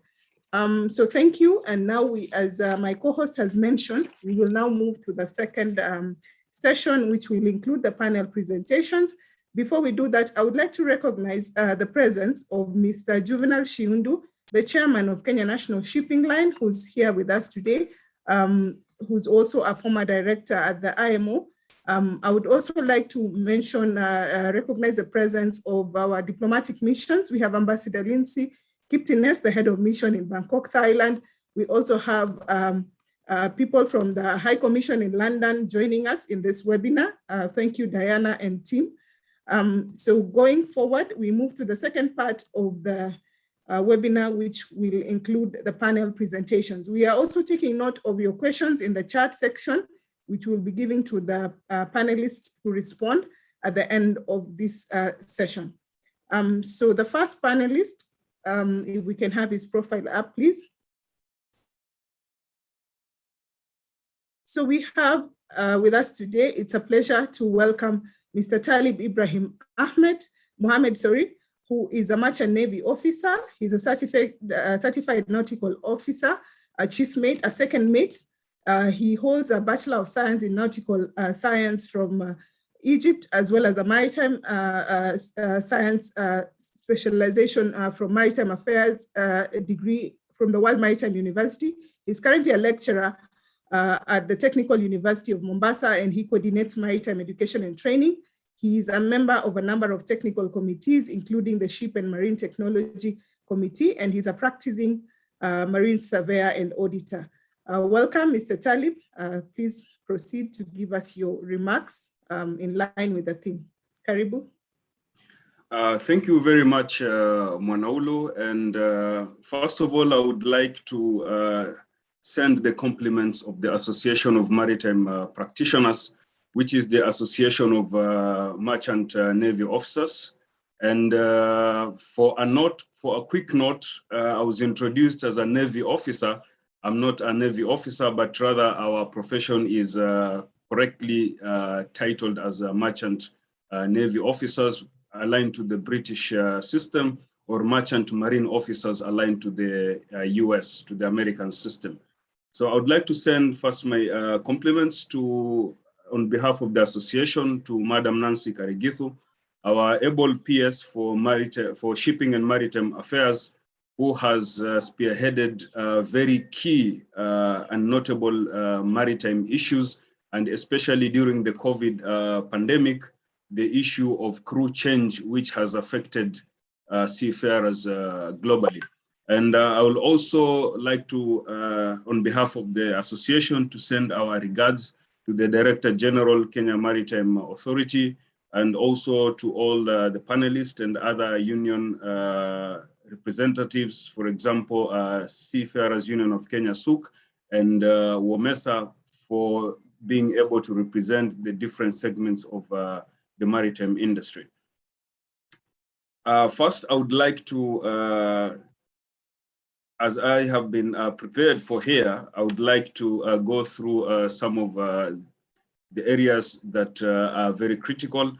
And the statistics have already been presented, so I think it won't be wise enough to regurgitate the statistics again.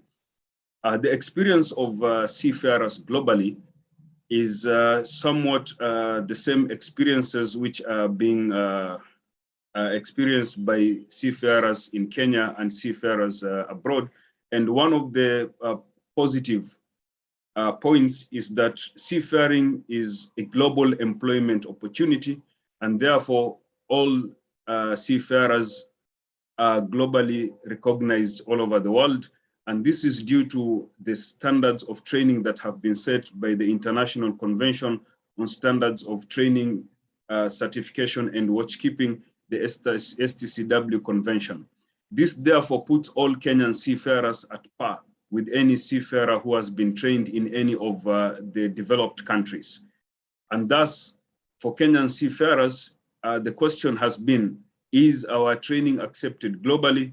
The answer to that actually is, being on the whitelist, it means that the International Maritime Organization has verified that our training systems, the maritime education and training system, do actually give full effect to the STCW convention. The challenges that are being faced not only by Kenyan seafarers, but also seafarers globally, is the ideal working condition, which has been provided for by the Maritime Labour Convention, MLC 2006. However, much effort is being done by Kenya, and the association wishes to congratulate the PS and the Director General of Kenya Maritime Authority on especially the ratification process of the Seafarers Identification Document. The other challenge that we are facing, and we have seen the PS trying to address, is the cost of training, and especially the cost of specialized training. And therefore, it has come in handy that the Office of the State Department of Shipping and Maritime Affairs and Kenya Maritime Authority has, in support, has provided for the HELB loan for maritime education and training, which is another avenue which is providing the necessary assistance that is required for all seafarers to be able to get specialized training. In terms of the challenges that are being met in training, Kenya as a whole has an education system. However, the association noticed and realized that maritime education and training is being juxtaposed, or rather superimposed, on an existing training framework, which does not exactly meet the demands of maritime education and training. And we laud also the efforts by the State Department to bring all stakeholders and also increase government involvement when it comes to access to maritime education and training. Further, we also bring out the need for positive synergy that should be created between government agencies, the maritime education and training institutions, and also the industry as a whole, so that the industry can also support seafarers from their initial training all the way to the apex of their training. The government initiative, which has facilitated hospitality recruitment by MSC, is a very notable government initiative. And as such, this has raised the profile of seafarers, where we are able to boast of over 3,000 seafarers being engaged. And while we are looking at the statistics, we should be able to realize that the Maritime Labour Convention defines anyone who is working at sea as a seafarer. And therefore, the question to differentiate between the technical and the hospitality is settled by the Maritime Labour Convention.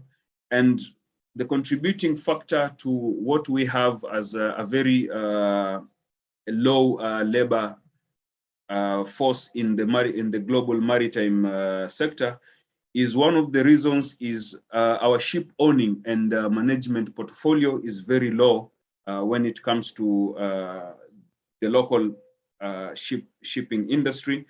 And also we require that, we also require that the country recognizes in its profile that seafaring is among the careers that can be sought after by our youth. This is notable because most of government and also private sector firms that list careers do not actually list seafaring or maritime as a career, while others, for example, medicine, expressly listed.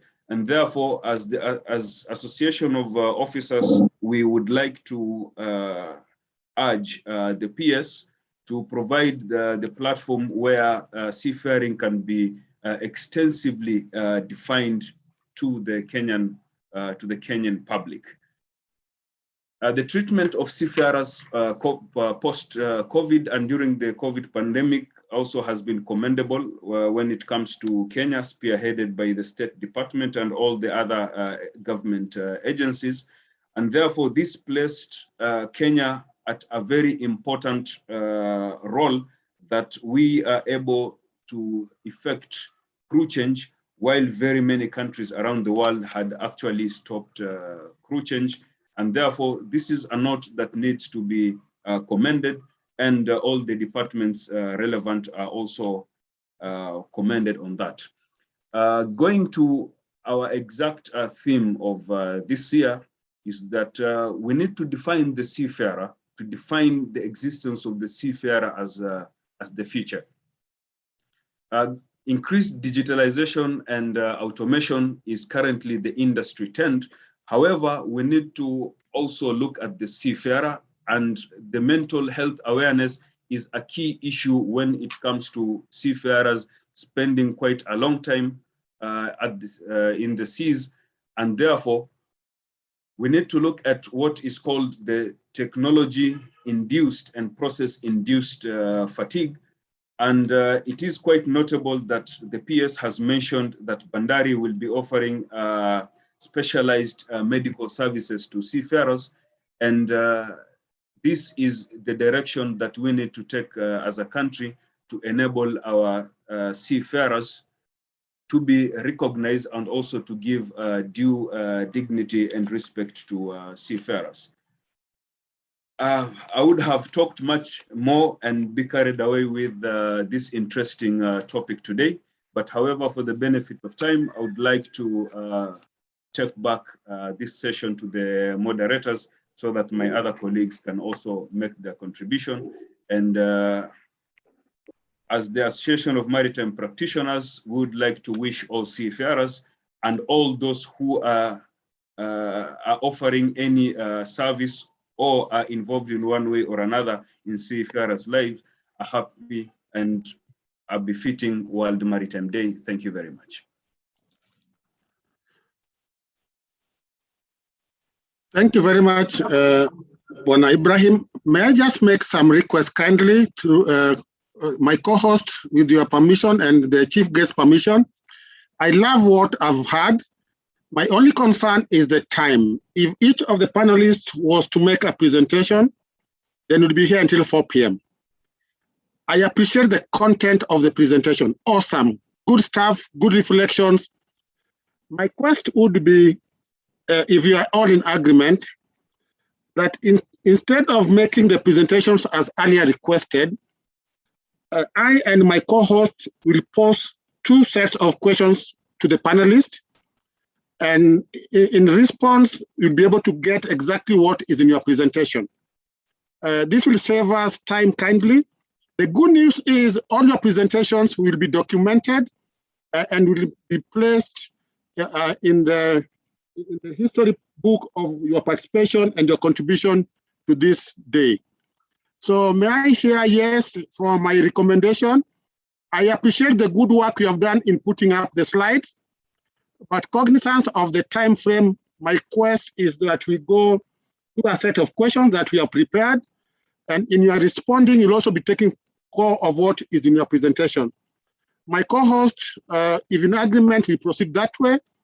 However, if the meeting agrees we stay until 4 p.m., I'm available.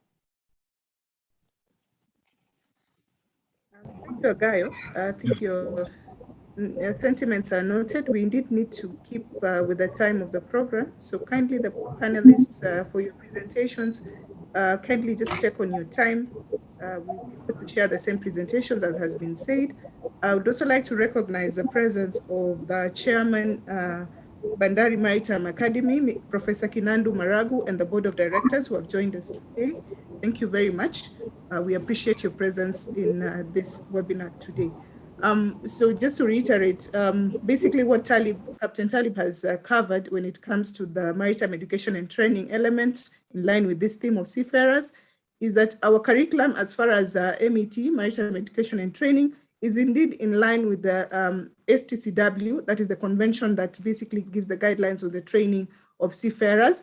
There is need for the Kenyan education system to basically ensure that then we have alignment in our curriculum on a number of courses on the maritime sector. We also have issues to do with the labor and recruitment, which I believe are being addressed in line with MLC and the number of committees and the ratifications as a country we have taken care of. When it comes to the Kenyan public, I think there's need for more education to just demystify what exactly is seafaring and the different fields involved in seafaring. There's also an opportunity for people to venture into both ship owning as well as labor and recruitment firms to handle basically the recruitment of seafarers or people working on board from the Kenyan public. Thank you, Talib. I think we can move forward to the next presenter. So we have Betty McKenna as our next panelist. Betty is a ship inspector working for the ITF, that is the International Transport Workers Federation. She will be giving us her perspective basically in line with the theme today. Technical team, kindly if we can have Betty's profile. Yes, so Betty works as a ship inspector, as I've mentioned. ITF is headquartered in London and they have an office, regional office in Nairobi and an inspectorate office in Mombasa where Betty is based. She is indeed the first and only female ship inspector in Kenya and the first female ship inspector in Africa. Very commendable, Betty. The floor is yours. We laud you as one of the first in this industry. Karibu, Betty. Thank you, Manaulo. Thank you for this chance you have given me. As I want to appreciate the Kenya Maritime Authority for invitation and also the remark from the PS and the chairman and Captain Muli and the Kenya Maritime Authority. As I go direct, because we don't have time, ITF, we meant to change some, reduce some presentation and say seafarers, ITF safeguard employment right of seafarers by advising the contracts to see the working condition on board the vessel and improving the collective agreements on board the vessel. ITF also agree with shipping company and respect of seafarers with the union and the country matters on employment agreement and collective agreement which are always on board the vessels. As ITF, that is our work to make sure a working principle for seafarers applicants found in ILO Maritime and maritime institutions such as minimum base wages, working hours, leave, overtime rates, weekly rest and day, and public health. Also ITF, we normally also give scholarship where everybody it's an open scholarship which you can find it in the Seafarers Trust. ITF also is representative in the international labor bodies like ILO and IMO. We sit on those boards. The Seafarers also, the ITF also look at the better promotion of the unfair treatment on board the vessel. We also look at it. Working place of health and safety, that is our mandate. Better pay and conditions. Union members also been on all the workers joining the union. We also help those who are not member of the unions to voice the decent effect of workers' condition and rights. More members, to encourage more members and seafarers to join unions so that they can win a better deal for the working conditions. We also make sure that the seafarers, the ship owners honor that the wage scale which they have to pay the workers, they must keep it whatever they have written. We also look at the low wages which other shipping companies are giving. And one of it, Kenya is one of them, that shippers in this country are also paid low wages. The seafarers are paid low wages. We also look at it. And also the condition of the available on board, the foods and the accommodation and provisions and also the water on board. We even make sure that ITF make sure follow the ship owners to follow the MLC convention on the fair representative of the workers on board the vessel. We run campaign of FOC, which is called Flag of Convention, which is a campaign we highlight on issues of workers on board the vessel, which is also supported by the posted controls, which we work together, and the unions. The welfare of the seafarers is important to us to carry out a working environment area. We also important that the ship owners are also making sure that the seafarers are safe on board the vessel. ITF, we are front fight that we fight for the welfare. I've spoken about it. And to implement the MLC challenge that seafarers work on ship in the local water. A good number of seafarers are still being overworked and underpaid by employers, and Kenya is one of it. Also, seafarers are still being not allowed to have a shore leave, which is an issue of mental health. On top of that, due of COVID, seafarers have had to extend their contracts. To add on that, the government has still effect of policies where I also appreciate the government that they have agreed to rectify the conventions, which is very important for ITF. We also asked the Kenya Port Authority to have MOU with these shipping companies and Kenya Maritime Authority so that the Kenya seafarers can get opportunity on board of this vessel, which dock in this port of Mombasa. And they are regular port shippers who comes every week in the port of Mombasa, so that Kenyan can get opportunity. If we want to increase more seafarers, we need to engage the shipping companies. And Kenya Port Authority, Kenya Maritime Authority, the State Department need to increase the MOUs of these shipping companies. The government also, we are asking the government through Kenya Port Authority to look for initiative which they can give the shipping companies so that they can agree to take Kenyans on board the vessel. We also appreciate the government of looking at the issue of hospital. I also appreciate that. The government through Kenya Maritime Authority to look at the issues of the salary, which I'm also appreciating the Wage Council, which is there. And last, I want to look to advise that the vaccination which have taken on of the seafarers Kenyans, we appreciate also the government. We are asking the government if the seafarers who are arriving in the Kenya Port Authority, also if we can have excess vaccination, we can vaccinate them as other countries are doing. Crew change, I am asking Kenya Maritime Authority.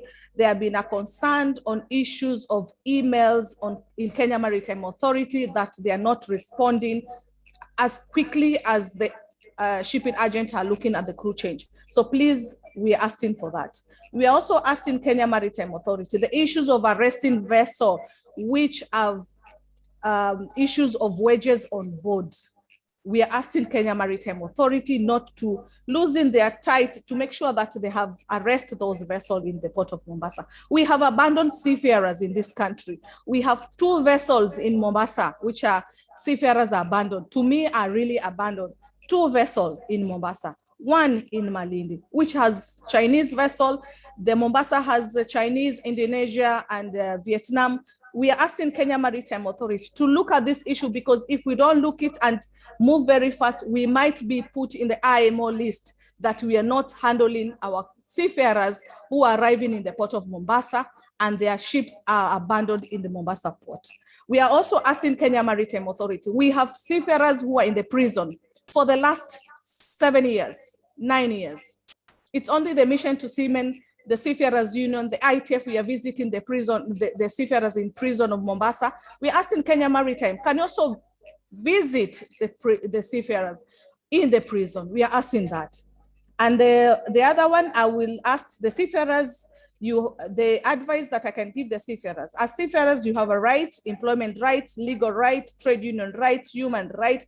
The best way, your right to protect and to join a union. I'm asking the seafarers to build their union, work together as a team, and be a brother keeper. I'm asking the KMA too again to intervene the union leadership and see that they can have a stakeholders meeting together with the union stakeholders and members of the leadership to bring the union to be strong as before, so that they can fight the right of workers. I want to say thank you, and I hope to say Happy World Maritime Day. Thank you.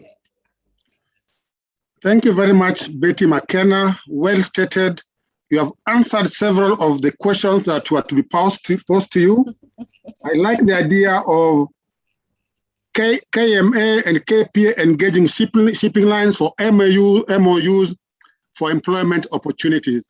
I think that's a very fundamental action point, and I'm happy the chair of KMA, the Honorable PS, is present, and hopefully in the next year we'll be able to appreciate how many MOUs have been signed, how many employment opportunities have been created because of that. Well done.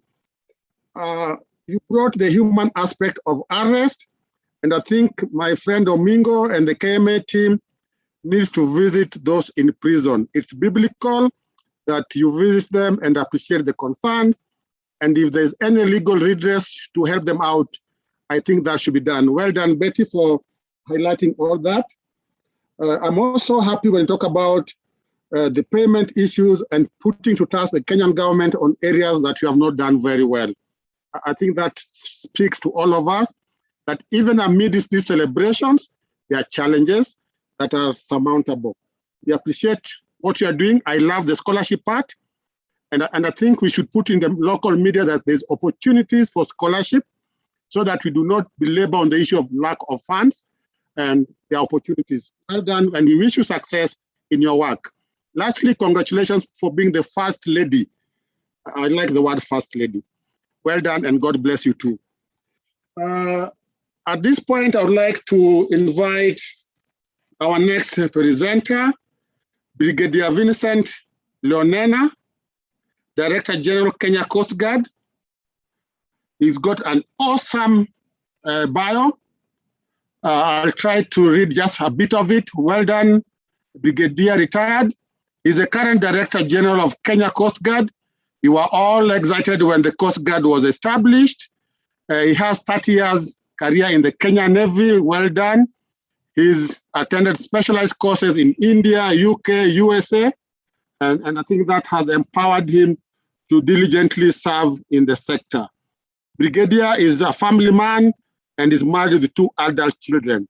His interests include traveling, jogging, and exploring adventurous opportunities, amongst others. Retired Brigadier, karibu sana. We look forward to getting your presentation and to appreciate you more. Thank you very much. Karibu, retired Brigadier. Thank you, Ajoy. I hope it can be seen on the screen. Yes, I think trying to abide to what you said earlier, to cut our talk to, because of the benefit of time, I'll try to do that as much as possible. Principal Secretary, State Department of Shipping and Maritime Affairs, Mrs. Nancy Karegidu. Thank you very much for a well-articulated government position as we move forward in the maritime world and for providing leadership in the maritime world all these times. To the other guests, I say thank you very much. All protocols observed for the benefit of time. Fellow panelists, distinguished seafarers, participants from the maritime industry. The Kenya Coast Guard Service was launched by His Excellency the President of the Republic of Kenya on the 19th of November 2018 and established by an act of parliament as a maritime law enforcement agency. I'll try to cut my presentation. Seafarers, ladies and gentlemen, I said earlier, Kenya Coast Guard has an embedded role to support and maintain the welfare of seafarers in various ways. The service continues to collaborate with the International Transport Workers Federation, whose main concern is the seafarers' welfare. This is arising from a basic requirement to ensure that workers aboard vessels within our area of responsibility work in a decent environment and are treated fairly and humanely. The Kenya Coast Guard Service also works in close association with the Kenya Maritime Authority to ensure that enforcement of laws and regulations pertaining to seafarers on board, including employment contracts and shipboard working conditions. Trafficking in persons is increasingly becoming a cause of concern globally. The UNODC Global Report of 2021 showed that about 30% of the victims of trafficking end up providing forced labor, especially on board fishing vessels. The service is on the lookout to ensure that the persons working on vessels in its area of responsibility are not victims of exploitations or minors. On matters such as rescue, seafarers, ladies and gentlemen, the Kenya Coast Guard Service, as part of its function, the responsibility to conduct search and rescue in the unfortunate event of maritime emergencies and accidents. We are available as a primary responders for seafarers in distress, and the Kenya Coast Guard Service will play its role within the National Maritime Search and Rescue Plan to ensure that seafarers receive necessary assistance wherever they are in distress. On this note, seafarers, especially those that operate small crafts, are urged to exercise utmost caution when venturing out to sea or lakes and to adhere to adverse weather warning issued by relevant authorities. As I conclude, I give you my assurance of the Kenya Coast Guard Service commitment to collaboration with all relevant agencies in the maritime sector to ensure a robust maritime sector for the future. The focus on the blue economy implies more opportunities and equally challenges.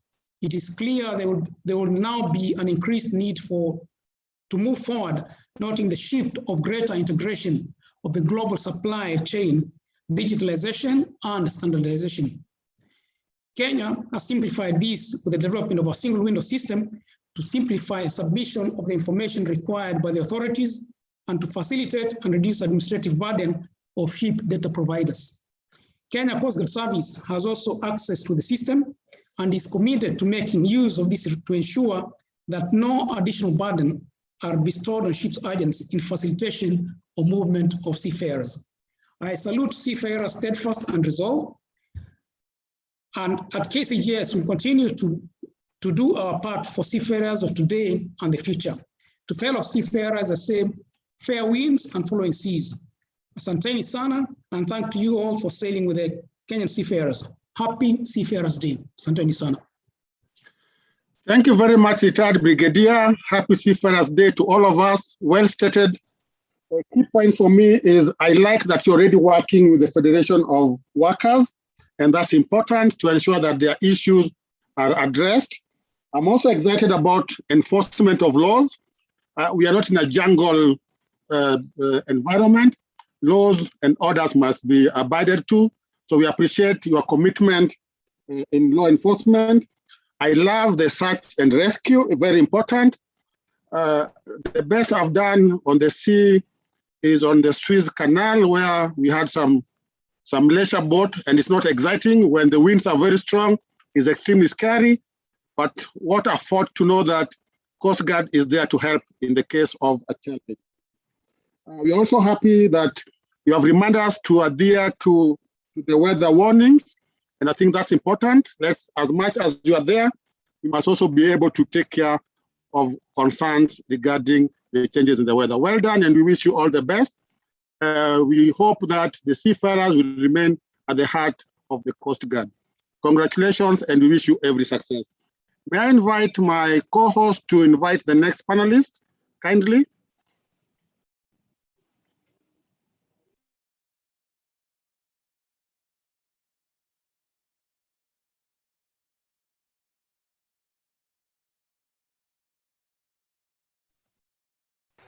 Issa, you're muted. Issa, you're muted.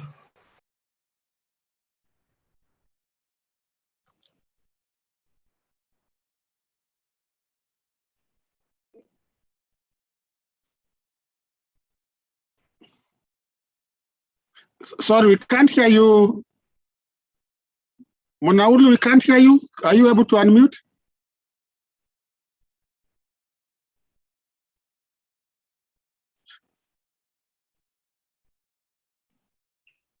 Sorry. Okay, so can you hear me now? Yes, we can.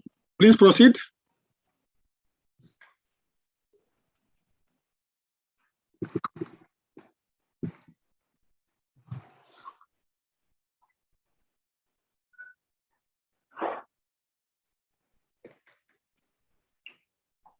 Sorry about that. Okay, please proceed. Yes, so on the next speaker, we now have Francis Muraya, the Director, Bandari Maritime Academy. I believe he will be speaking on the issue of maritime education and training for the seafarers. Karibu, Mr. Muraya.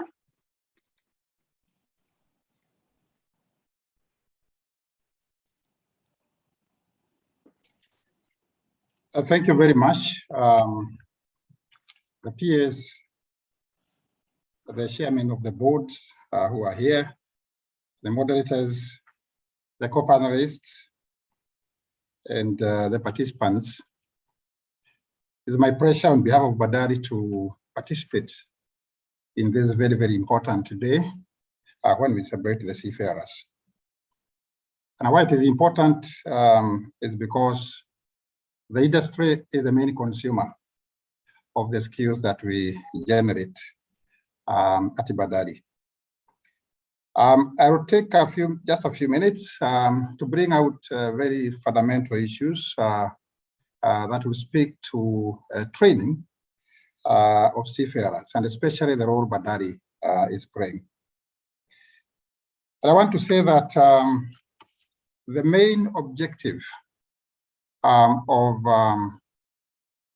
the Badari Maritime Academy is the development of skills that promote the blue economy. You can go to the second slide. It's the development of skills that promote the blue economy. And this is a government strategy to address unemployment for the youth.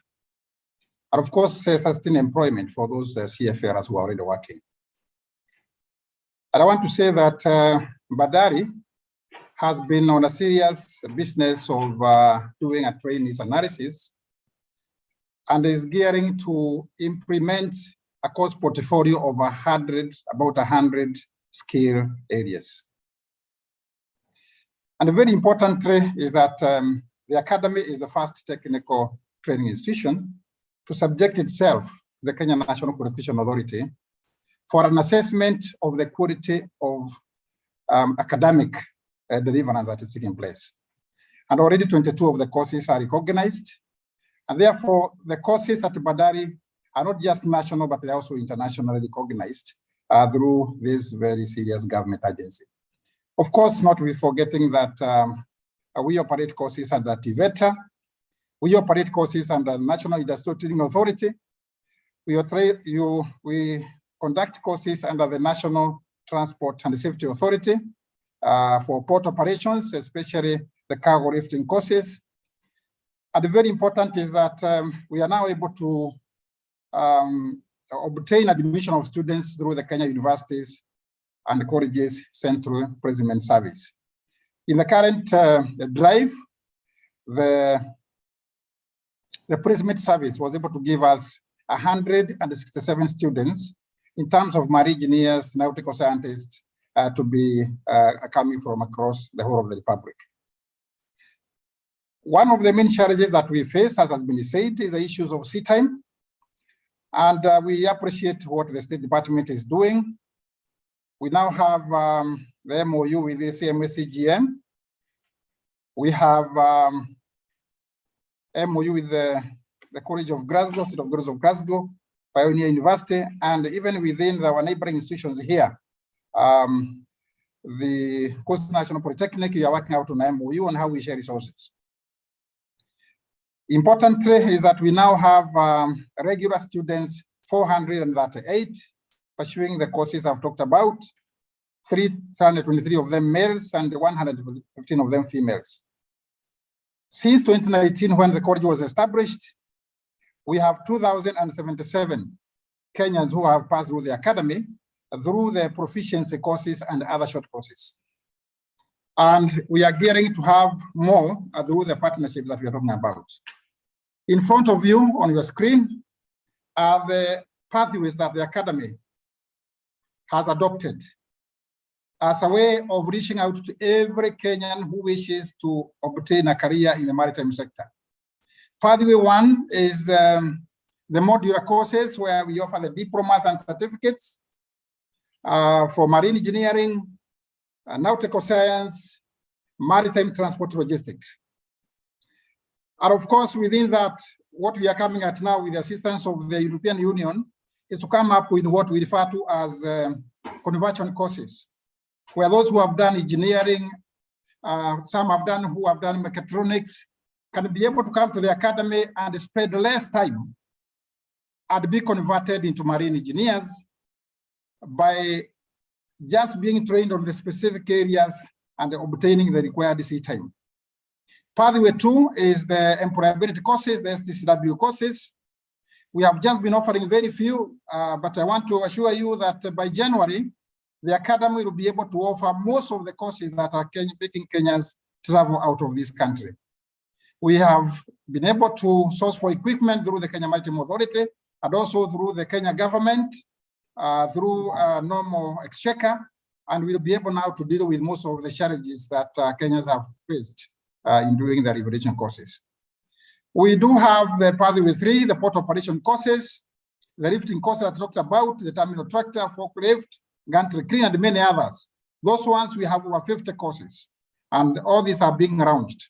And of course, at the end of it, we have the tailor-made courses to address specific blue economy areas, and also for specialized agencies, some of them on maritime security, which are going to be conducted at Bandari, where we have the support of the Coast Guard and the UNODC on the area of maritime security. As I wind up, just to indicate that the Academy is now gearing to develop curricula, and these courses that are listed are on the way. We hope that by January, February, most of them will be on course.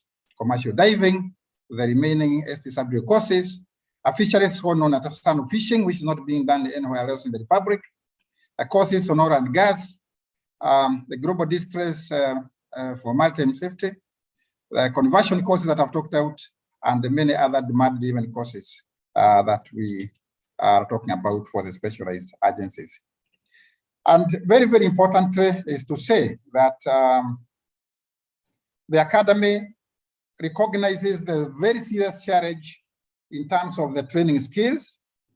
And the 74 trainers who are in the Academy are all from the industry. And we want to thank the government for the support it has given. And we are looking forward to a process where we shall now be able to get our own regular trainers. We note that the government is also investing a lot, and we appreciate that. But the most serious issue for us is the issue of the sea type. And we appreciate the State Department led by Madam PS and the related agencies. The future and the hope of Bandari is to have sea time as a component of training. And we hope this is going to happen. Some of the MOUs which have been signed are speaking to that, so that we can start giving out our students while they finish. As they finish, they are getting into the sea time, and therefore they become very, very highly employable. The students you see in front of you are those who have joined us recently, plus some of the old students who are on parade. This was on Monday. These are some of also the other students that we have. As I finish, just to say this, we appreciate the support of the industry. Our students are able to get internship in the local maritime institutions. Some of them are on ship construction. The CFSs, the Kenya Ports Authority, the Kenya Ferry Services, and of course, we also do have them going into other several other areas. I want to say that in opening opportunities for admission, HELB has done a lot.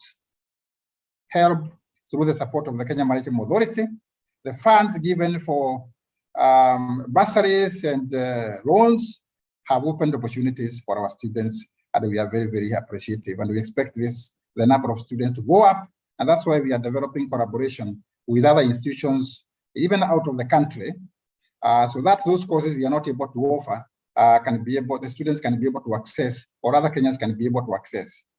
We also now are in the process of finalizing our e-learning platform, which is going to afford an opportunity to every Kenyan at the comfort of their houses to be able to pursue a course in the maritime sector especially for those courses that may not require them to directly engage with the academy. With that, I wish to thank you very much and say that over December, we expect to have a graduation ceremony for all our students who have graduated before. During that graduation, we should be able to invite shipping lines and other maritime agencies to come and be with us, both online and on the ground, and be able to see what our students are able to do, and therefore possibly be able to pick and provide the employment required. Thank you very much, and I wish all the seafarers joy and merit during this auspicious occasion. Thank you.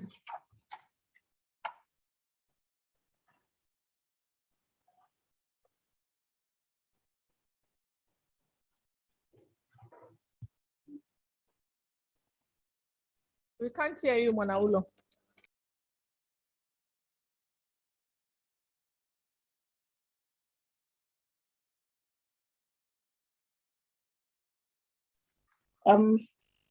So thank you, Mr. Muraya. Indeed, your presentation has focused on the role of Bandari. And,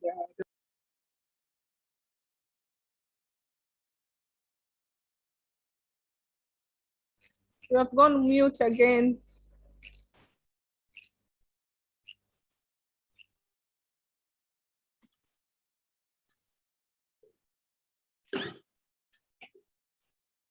As my co-host gets back, let me just appreciate Mr. Muraya for the presentation, very reassuring.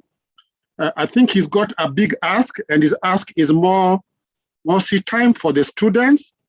He applauds the help he's getting from HEAD, which is commendable. And I think as an industry, we need to support our college to ensure that the students have the practical aspects. I'm happy I alluded to the issue of MOU, and he's mentioned about the forthcoming graduation. Mr. Muraya, we just want to applaud what you're doing in the academy. And as industry players, I think it's prudent for us to support the college to ensure that the products are in sync with the industry requirement. Well done, and we thank you very much. My co-host, may you proceed from there kindly?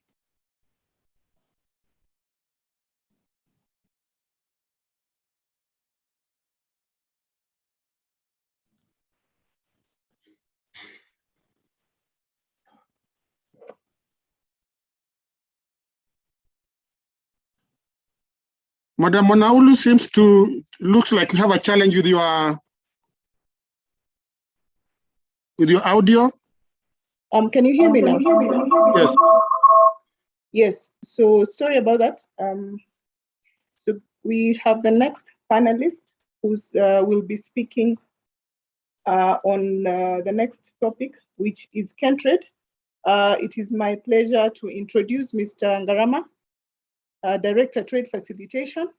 So Mr. Ngarama has experience, over 23 years experience in public sector operations, and a lot of exposure when it comes to regional trade integration matters, and has represented Kenya at a number of committees, including the COMESA region and the EAC.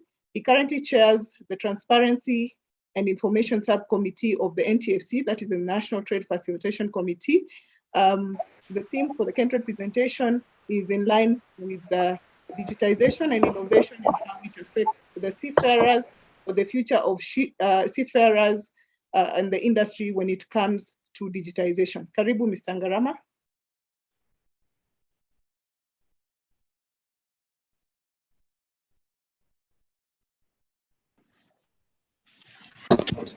Thank you, Monaulu. Indeed, it's my pleasure to speak on behalf of our CEO and recognizing the presence of our chief guest, the PS Nancy Kadgito, and of course appreciating her commitment to the maritime industry.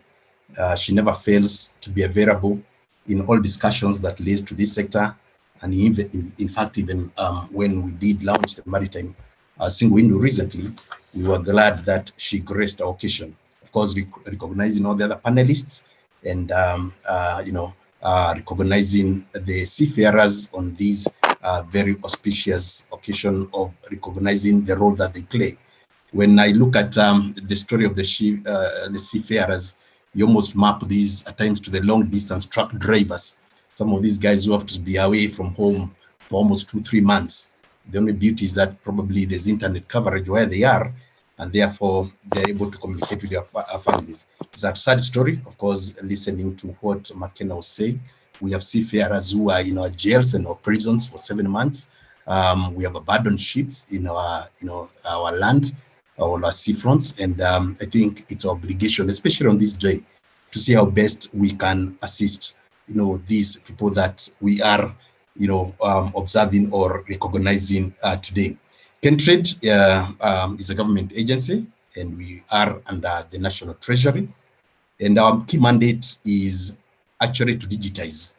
When we were set up, one of the things that we were required to do was to digitize various processes, especially those that relate to export and import. And we are on page 3 of the presentation, whoever is driving this. So in terms of how we are structured and looking at these image here, gives a summary of our role in digitization. When you look at the left part of the diagram where we have the InfoTrade portal, the logistics marketplace. In the middle, we have the single window platform, which we have implemented and which we continue to run. And one of the key things that the single window system has helped to do is automate the government processes and procedures for all government agencies involved in export and importation. When we set up this, or when we started this journey of setting up the single window, automation for government agencies was at a paltry 14%, but where we are at 92%. So that has been the strength of the single window in terms of automation. We are seeing about 37 government agencies processing various requests and approvals on the single window. To date, we are talking of about 3.4 billion revenue having been channeled through the single window system. We have about 15,000 registered users. We have processed about 2.8 million UCR, or unique consignment references, about 3.4 million permits. And what we've done in terms of ensuring that we are fully digitized, we have come up with what we call the Information for Trade portal. And what we are looking at in terms of this portal feeding into the single window, it provides an avenue through which all importers and exporters and those in the logistics industry can determine what is the process of conducting various processes. So you have the import and export processes. When you want to export a product, you can go to the portal. It tells you the step-by-step procedure of how to do it. We are also coming up with what we are calling a digital logistics marketplace. In this, then, you are able to identify various service providers and procure their services. Clearing agents, for example, shipping lines, insurance companies, etc., all the players in the logistics industry. So this is work in progress that we hope that we will avail these to the users. Then, of course, recently we did launch the Maritime single window, and under this, then we are looking at automating the process of the ship to shore processes. Previously, then what we had was a scenario whereby all the pre-clearance procedures in relation to the ship, crew, passengers, etc. were manual. So then, though we have automated the permit processes, etc., the maritime part of it was manual. But as when we went live with the Maritime single window system, then we are saying that this process has now been automated. So we have automated this, we've digitized it. And in the middle of the chart, then we have the integration with the customs systems. This allows for automated cargo release for various consignments. It allows for automatic comparison of documents, and allows for proper flow of information. What we've been lacking is the visibility of the cargo. We have now proper visibility of documentation with a single window, with the Maritime single window as well. But what we are lacking currently is the visibility of cargo. So cargo arrives or lands at the port of Mombasa, moves to ICDN Nairobi, but the owner of the cargo may not necessarily know where their cargo is at any moment in time. And this is what we hoped to achieve with the logistics coordination platform. So at any given time, you can tell, from the click of a button where your cargo is. We are working on funding this initiative, and we are trusting that we'll get funding to automate that process as well. And of course, in the entire game, then we are seeing a lot of data being available, a lot of trade statistics that can assist in risk management, that data that can be useful in making business decisions, etc. In terms of the maritime single window system, we can go to slide 4. What we have managed to do is that we have automated various processes. Let's proceed to the next slide. And one of the big things that we managed to do is that the various IMO forms have been automated. We are looking at the general declaration form. We are looking at the cargo declaration form. We are looking at the ship and shores declaration form, the crew effects declaration, the crew list, etc. So we have about 7 forms that have been automated. And the players, as displayed on the screen, we have the Kenya Maritime Authority, the Kenya Revenue Authority, Kenya Ports Authority, Department of Immigration, Port Health, amongst others. So the forms that relate to all these government agencies have been automated. And this was especially useful during this COVID-19 period. We all know what challenges we all faced, and the business community did face. And with the maritime single window system, then we were in a scenario whereby this process was made easier. Despite these, of course, automation, we have faced challenges. I want to do a bit of the summary. We have faced challenges in the business of automation. And one of the big things that we've noted even when we launched the single window system is the fear of the unknown. Many of us, even government agencies, were really opposed or feared migrating to the automated processes. Some felt that they were going to lose jobs. Some felt that there will be weaknesses and challenges in the system to the extent to limited compliance with their requirements. We faced scenarios whereby we had conflicting legislations that made it difficult to implement automated processes. And we do expect even for the maritime processes, these are some of the challenges that we'll face. And of course, there's need to deal with fear issues, change management issues, amongst other things. We did conduct a survey recently just to understand and to appreciate what the feeling was from our stakeholders in as far as the implementation of the maritime single window system is concerned. And one of the big wins that, or the big things that most of our stakeholders did tell us that the experience is the ease in which they are able to lodge documentation. So that is one of the big things that most of the players in the maritime industries have managed to experience the maritime single window system, and of course the ease of use of the system. And of course, gradually then we'll be looking at how best can we simplify the processes and reduce on the documentation that we are facing. Of course, we've had challenges in these processes, especially the issue to do with compliance. And this is one of the things that probably the players in the industry need to take very seriously. Yes, we have the maritime single window system, but it is not useful if we do not use it. It is not useful if we do not comply with what is required of us.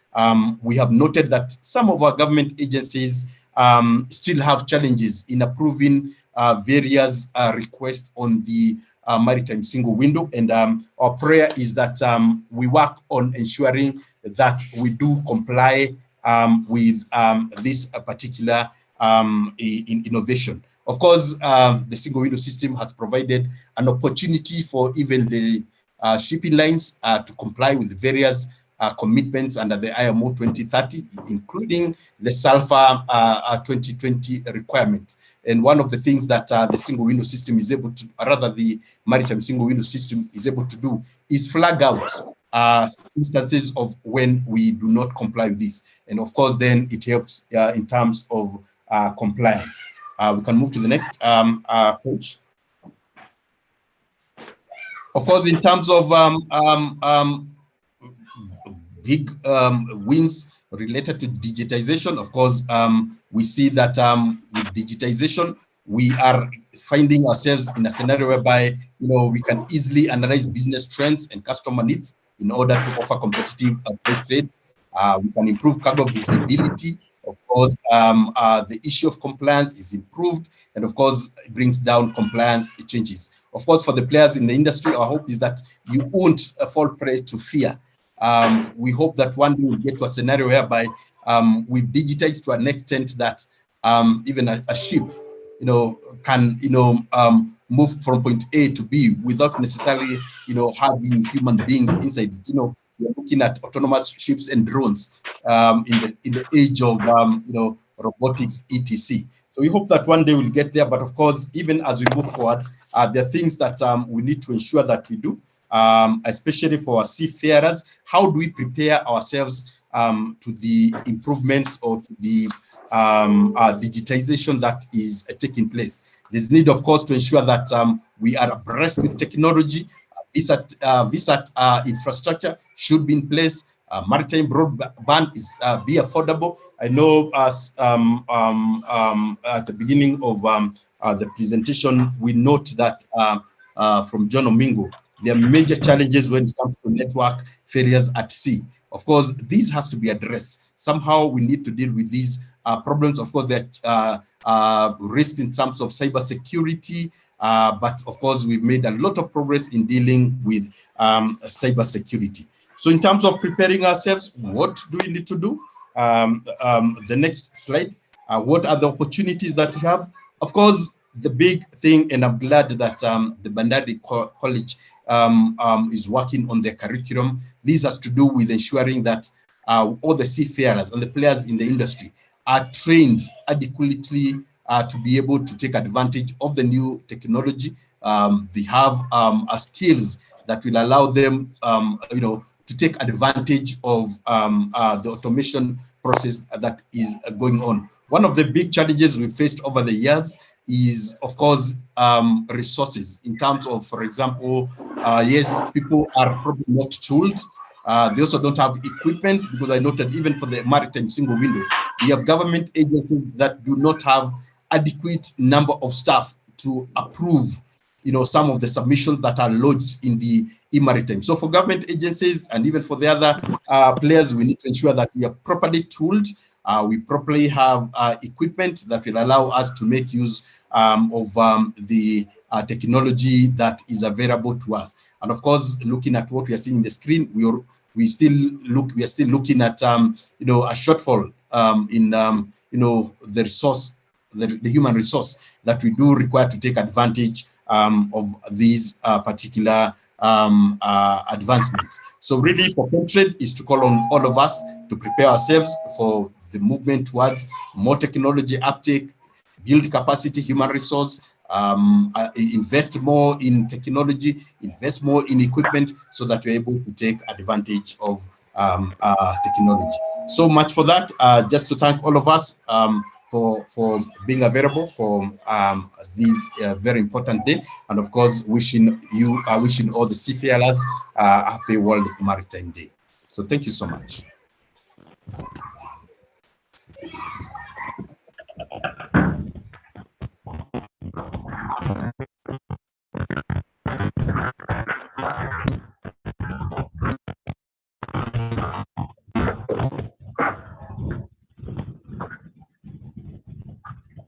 Thank you, Mr. Ngarama, for your presentation. Indeed, Kentrade plays a key role in the digitization efforts.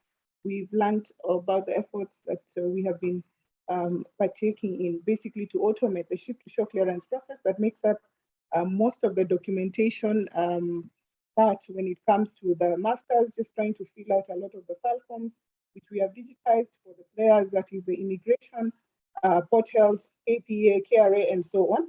We continue to ensuring that trade is facilitated through automation that is convenient for both the private stakeholders, that is the shipping lines, as well as the seafarers and the government agencies. I think the issue about ensuring the seafarers have the needed skills when it comes to technology, and that is new technology, upcoming technologies. When it comes to maritime data analytics, what are we doing with the data? Are we using the data to make decisions, informed decisions? Are we using it to plan? are we using it to deliver the required training to our seafarers? So basically, that's a good presentation from Kentrade on automation and digitization in line with the seafarers and in line with the theme for this year. I think we can move forward. Mr. Agayo, you can take the next presenter, introduce the next panelist.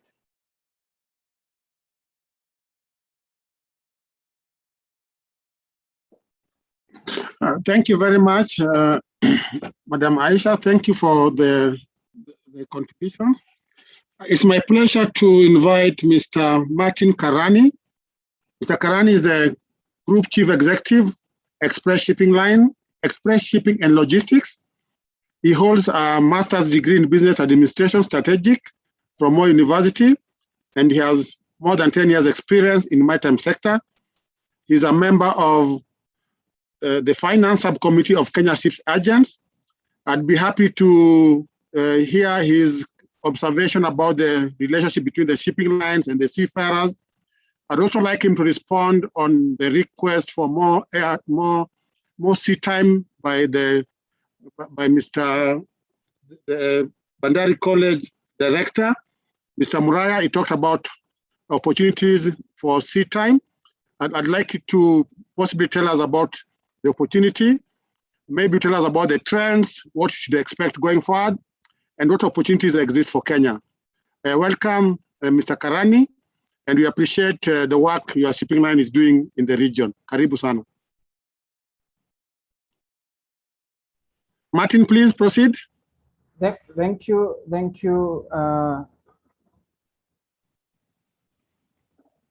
Yeah, thank you. I hope you can get me very well. Confirm.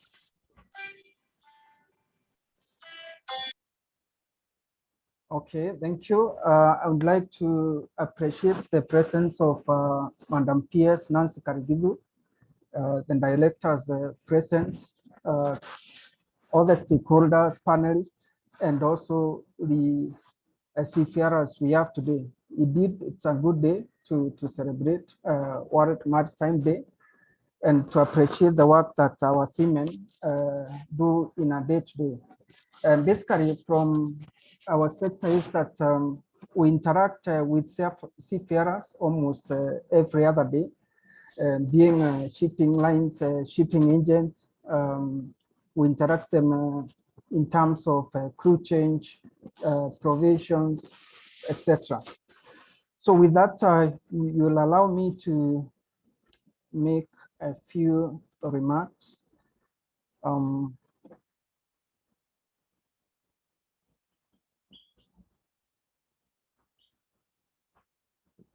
Yeah, basically, maritime transport, you agree with me, it's one of the oldest mode of transport for several years, and it accounts over 80% of our traded goods worldwide.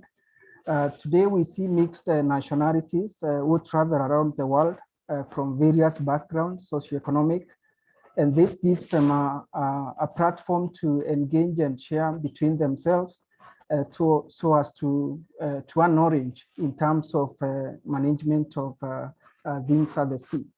Of course, sea travel is one of the risk assignment that exposes individuals to extreme conditions, which include accident, matters of safety, security threat. We have been talking about piracy, for example, and piracy is not a new phenomenon. These are things that started way back in 16th century, and therefore it's still with us today, but we appreciate that the region is now becoming stable in terms of security. Of course, we see seafarers going through a relatively lengthy contract on voyage.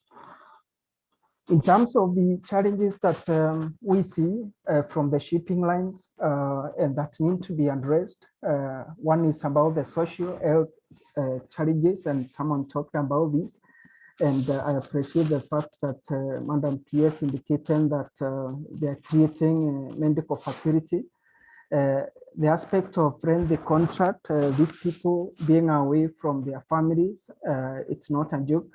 And this attributes to the depression and the anxiety they face along the way.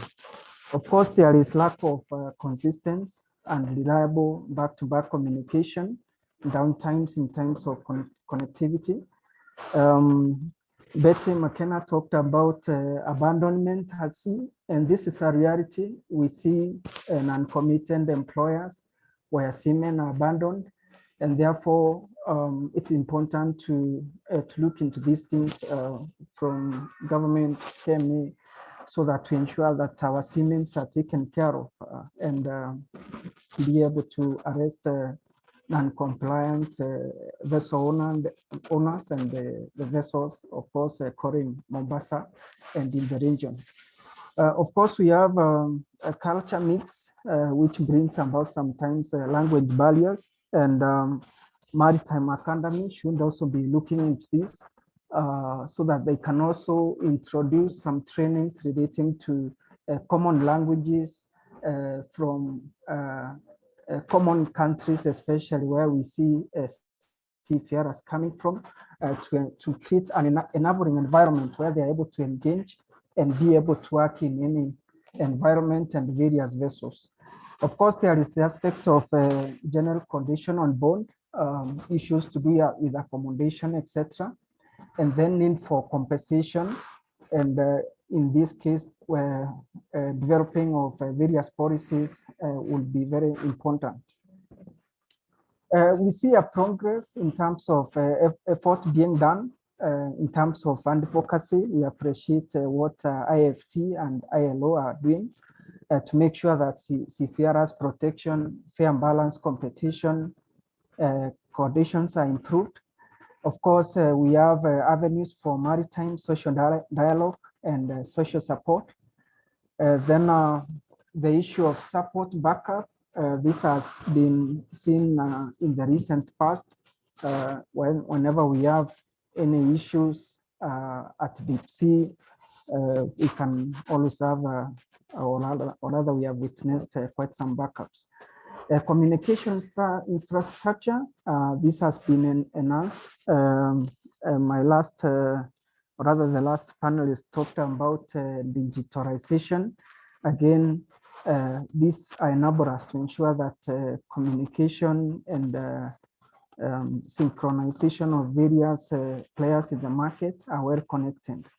Policy guidelines, of course, Madam PS mentioned about review of regulations and policies as well. Training, this was also will be very important as we move forward. Emerging issues, what we have seen in the recent past, of course, as you may be aware, is about the COVID-19. We have situations where we have seafarers stranded or rather stranded at the sea with expired contract, such that they don't have crew members to come and relieve them. There are a lot of stringent kind of requirement. We see a lot of bureaucracy at the beginning of the COVID pandemic, but this is easing out, and we believe that in the near future, this will be a thing of the past. Of course, at the beginning, we had the limited access of vaccines, and thanks to the government for the intervention. And now we have vaccines being available, and whenever we have crew change and either they test positive or they require vaccine, we are able to administer that. And also appreciate KMA for also coming in and make sure they approve specific hospitals to ensure that they attend to these crew members. Again, that has been of good importance. Provisions to ship supplies, we are experiencing some sort of restriction because, again, COVID protocols need to be followed to ensure that whatever is supplied to the vessels is of good quality and it's for good consumption and does not pose any risk to the seafarers. Of course, proper guidelines remains a critical aspect so that we shall be able to contain the pandemic. So then finally, in terms of expectation or what is it that we are looking for, we know that seafarers are a key pillar to foster the blue economy. And for us to move forward, we look forward to ensure that access to medical is prioritized where crew are within the region. Of course, quality provisions, financial support. KMA Director General talked about the train fund for maritime students. That is critical so that we can also have more people joining the industry. Of course, we need to create more awareness and training. Then there is a need for continuous collaboration between the nations. You agree with me that the current population of seafarers mostly are from either India, Philippines, Chinese, Indonesia, Ukraine, Singapore, etc. And we need also to learn from them and have some sort of exchange program so that we can be able to develop our people who can be engaged anywhere in the world and with proper skills. Of course, inclusiveness and justice and fair treatment by marine players, a strong advocate on policies that are emerging in maritime so that we can have people, lawyers coming up to advocate and represent seafarers. You are another presenter previously talking about seafarers being at prison, for example, but who is representing them? They need to be represented so that they can have a fair judgment. So with those few remarks, I thank you for this opportunity. Thank you. Hi. Thank you very much, Martin, for that presentation. The take home for me is the opportunity for exchange programs with Philippines, Chinese, Indonesia, and Ukraine.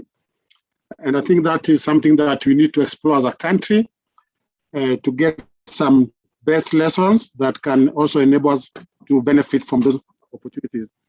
You have done well to remind us of the challenges, including social health, and then being away in the vessels for that long, and also the absence of good communication infrastructure. I think you have brought home the two aspects and conditions in which these seafarers work. We appreciate the opportunities that your shipping lines and others can provide, and I'm looking forward to Bandari Academy working with you just to ensure that the young men that come out of the colleges get the expertise. So thank you very much, and we wish you every success. May I also take this opportunity to appreciate the Kenya Maritime Authority directors who have joined us. In addition to Mr. Musafari, we have Mr. Sala Balala, Karibu Sana. We have a director, Madam Roslyn Amadi, and then we have Engineer Charles Charo. We are honored to have you on board. We also appreciate the presence of Mr. John Musafari, and we are happy that you are listening to the issues being brought, and possibly in the next board meeting, some of the take-homes from this webinar may inform some of your decisions. So karibuni sana, and we feel honored with your presence. Madam Mwanaulu, could you kindly proceed on? Thank you, Agayo. So if I can introduce the next speaker.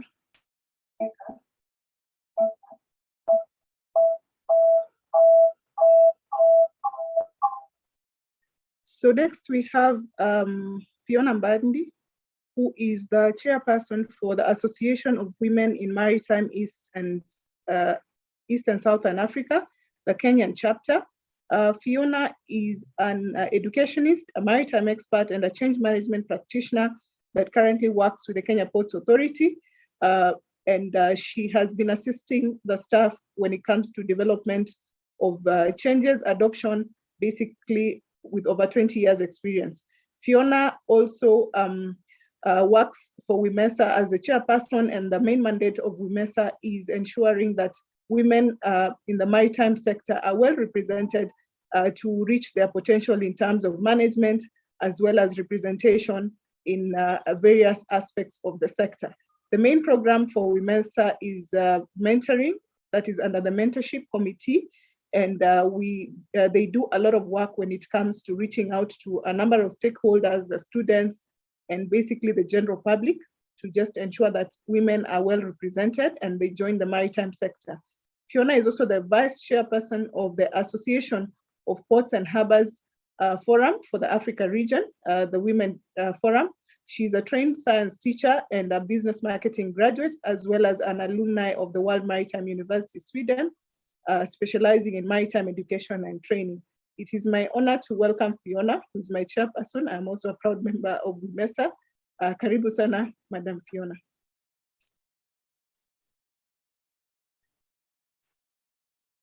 Good afternoon, everybody. And first of all, I want to appreciate this particular day because it's only God who has made it possible for us to be here and celebrating the World Maritime Day. I also want to take cognizance of all the previous panelists, the hosts, KMA, and the in charge of this webinar, and even the PS and all the panelists that have spoken before me. And also I want to observe all protocols. The employers and the seafarers, we applaud you, and we are very grateful that this day has been set aside just to think about the Maritime Day. Just continue, please. Slides. So I will go up quickly, just mention about what is WIMESA. We've been in quite a number of these forums, and some people still don't know what WIMESA is. It is just an association of women and girls working in this sector, that is World Maritime, the Maritime. And we kind of formed through the IMO in the Women in Development program. It was a need that was seen that there were very few women working in the maritime, and due to their initiative, they were able to see that this is a way to have a program. And in Kenya, it was launched in 2010. It answers the UN Sustainable Development Goal 5. What does the Goal 5 talk about? It talks about achievement of gender equity and empowering all women and girls. Of course, it is through many initiatives under this agenda, and that's how WIMESA comes about. Please, next slide.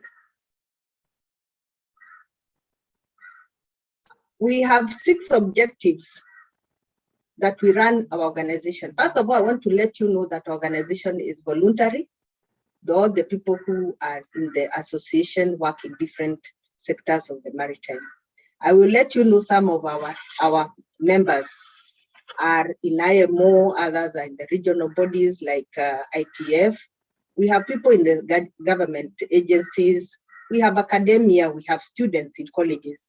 We have entrepreneurs, we even have people in the defense forces. And we have some women on board, we have volunteers, and all of you here, I consider you as friends of WIMESA. We have employers and other ordinary members. So our objectives include capacity building. We mentor, as Mwanaulu has already alluded. We also resource mobilize. We establish smart partnerships and with stakeholders. These include employers. These include employers and other places where we can place those who have already graduated. Like even the Bandari Maritime Academy is one of our smart partnerships. We also are asking other members who are capable to be part of our membership, because if you are volunteering, you are able to reach out to more girls and women. Of course, the smart partnerships also include the men, because if we are not able to engage with the men, then we are not able to reach very far. We undertake some research on this advancement. We have been looking at the policies. We've been looking at research in other countries. We also look at our own ideas that are within the maritime sector. And this research are published within our environment. So I would like to talk more about our role, because I've been asked, there are two questions here that were quite important. I think I should mention them. What is the difference that WOMESA has made in the lives of women and girls in East Africa in the relationship to the Agenda 5? I think if I answer this, I will say what we've done as WOMESA. First of all, we are formed under IMO. The first speaker of the day spoke about the IMO and how it operates. So we are already within a framework that is regulated and is able to answer the maritime affairs. We also are under those 6 committees that I will talk about. The next slide, please. Next slide, please. The 6 committees that we have include training, capacity building, include mentorship, include also resource mobilization. They also include research, as I've already mentioned. They include policy, and we also have mentorship. And these committees are able to relate to us in formation and including execution of our mandate. The other question I've been asked is, what role is WOMESA playing in policy and decision making? I want to mention that of the 3 or 4 of us are on this panel, starting with Mwanaulu, who is a moderator. She is a senior member of WOMESA. Her role in her organization include business analysts. That is the technology we are talking about. And we all are cognizant that in this era of COVID, it has become necessary to use a lot of technology. So as seafarers, we see that as a technical person, she is able to assist the organization and all those that are across her. Betty McKenna is already a speaker, and she has already spoken eloquently about the seafarer. She's an ITF inspector. She's a decision maker in her own right. Dr. Nancy Gargidu, who is the PS, she's our mentor. She's the founder member. You know very well her decisions in the platform of the government and all the things that we've been able to achieve in the last so many years in the maritime sector are well articulated in her profile. Of course, myself, as already mentioned, and many others. If I continue telling you, I have a list of 117 members, and each of one of them are very well placed in the places they work. And in all this, we also find ourselves having, some of us are writers in journals, they articulate issues in journals, in books. And because of this, we are able to give a focus in the policy and decision making. Another aspect that I must mention is that we have been committed in the Sustainable Blue Economy Committee in the charter as we have to deliver some items under that. That is the training policy, and we are able also to be engaged in the stakeholders, different stakeholders, including employers, including partners, and as I've said, we also have friends of WOMESA. Next slide. We have associations guiding principles. I think those ones you can read by yourselves, because we want to go back to what is the purpose of the day. In Kenya, we had, in 2019, 383 persons were recruited in one of the shipping lines. And we are very, very, very pleased that 149 were girls. Therefore, that was about half. 49% of those who are recruits were girls. That is on a cruise ship. Unfortunately, as we all know, that Corona came around and many of them were sent home. But again, we positively look forward for them to go back to work. I think I've been informed that quite a number are going back. And I think by the end of the year, hopefully the 149 will be back to work and they'll be able to provide for their community and within their environment. 2 of them are also on, cadets are also on AMO 1, which is owned by Lamu Shipping Company. And I would want to also mention here, recently, 2 of them who are on Celebrity Edge, one of them who we all very well know, this Marami, is now promoted. She's on the class 1 level. And we'll congratulate her and all the seafarers of this forum and all the others who are aspiring so that we see some light at the end of the channel. My challenge is, out of the 3,200 seafarers in Kenya, how many of them are girls? I think that is where the challenge is.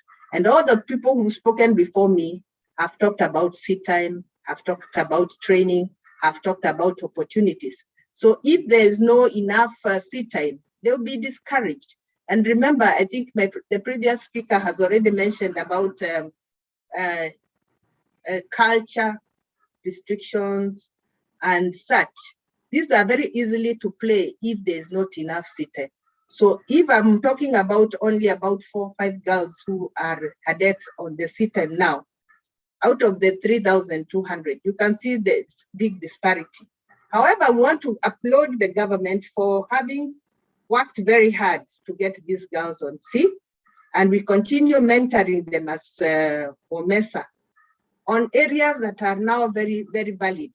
Things like mental health, things like how to use your money, things like how to relate in the sea, things like things that we don't take them for granted because these are our girls, these are our boys, and as mothers, sisters, and wives, we take it upon ourselves to think about their mental health and their stability at the sea.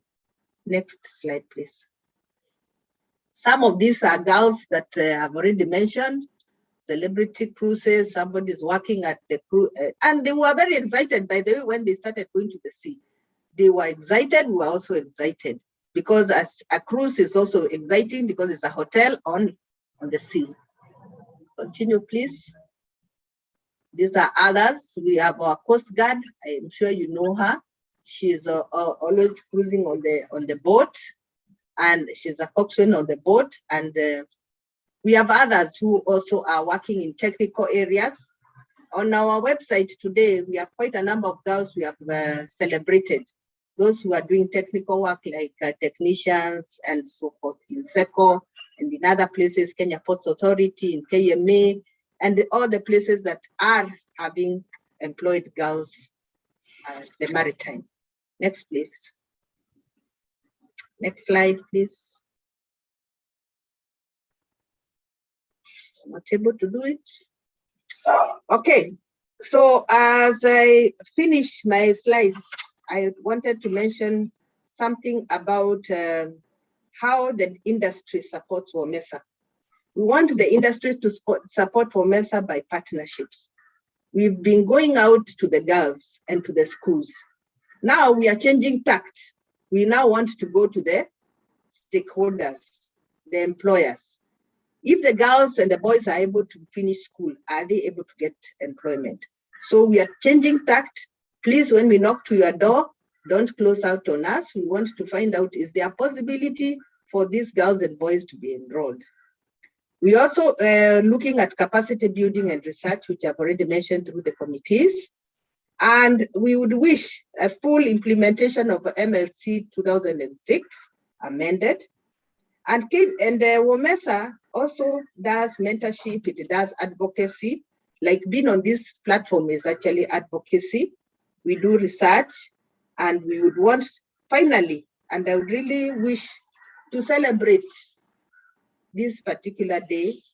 It is unfortunate we are able not to be out there, but we would wish maybe in the next organizer we have more seafarers so that they can tell us how they do it within the environment. Otherwise, have a good day, and thank you so much.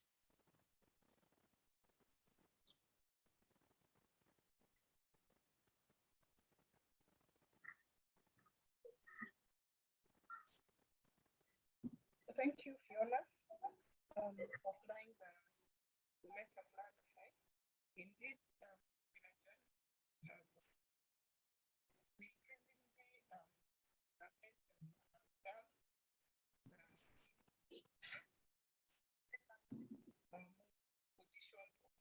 Molaulo, we can't hear you. Your connection, please.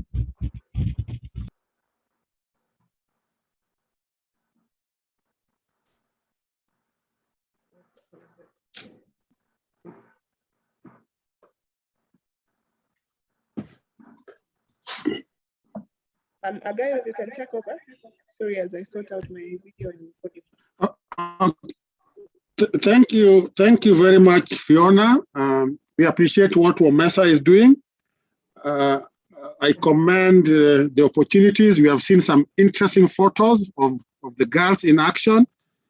I think it gives us hope that there's equal opportunity despite the challenges.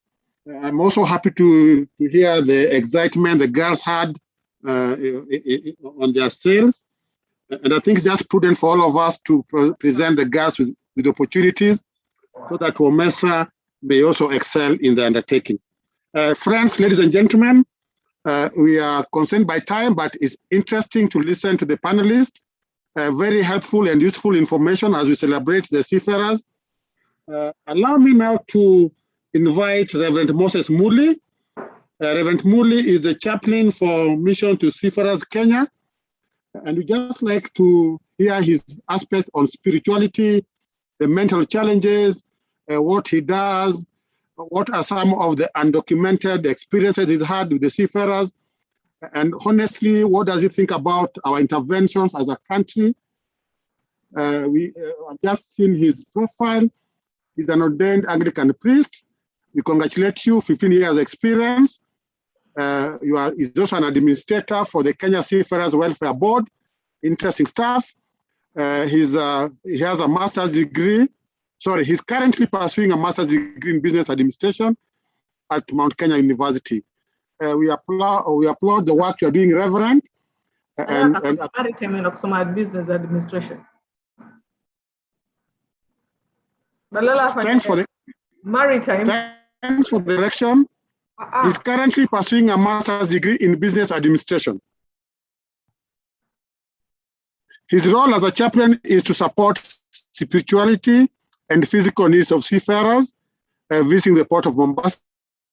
I think that's a tough job, having heard that some of them are away for very long and their needs could be varied. So, Reverend, we want your experience and what you want to remember about the seafarers today.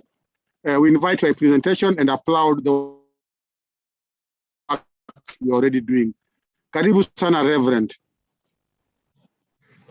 Thank you so much, Madam PS Nancy Karigitu, the Chairman, Kenya Maritime Authority, and all other protocols acknowledged. I would like to be very brief. I'll try my best to be very brief. I would like to start by saying that the International Maritime Organization, IMO, has chosen to make 2021 a year of action for seafarers who are facing unprecedented hardship due to the COVID-19 pandemic, despite their vital role as key workers for global supply chains. The World Maritime theme for 2021, Seafarers at the Core of Shipping's Future, seeks to increase the visibility of seafarers by drawing attention to the invaluable role they play now and will continue to play in the future. The COVID-19 pandemic has placed extraordinary demands on seafarers, with hundreds of thousands of men and women stranded on ships for months beyond their original contracts, unable to be repatriated due to national travel restrictions. This crew change crisis, which has been ongoing for some time, is a humanitarian emergency that threatens the safety of shipping. It is clear that seafarers are at a breaking point, and the industry must act to protect its most important asset, which are people. To date, just over 50 IMO member states have designated seafarers as key workers, and more governments need to take this step in order to help ensure that seafarers are prioritized for vaccination, as well as other measures to support their welfare needs.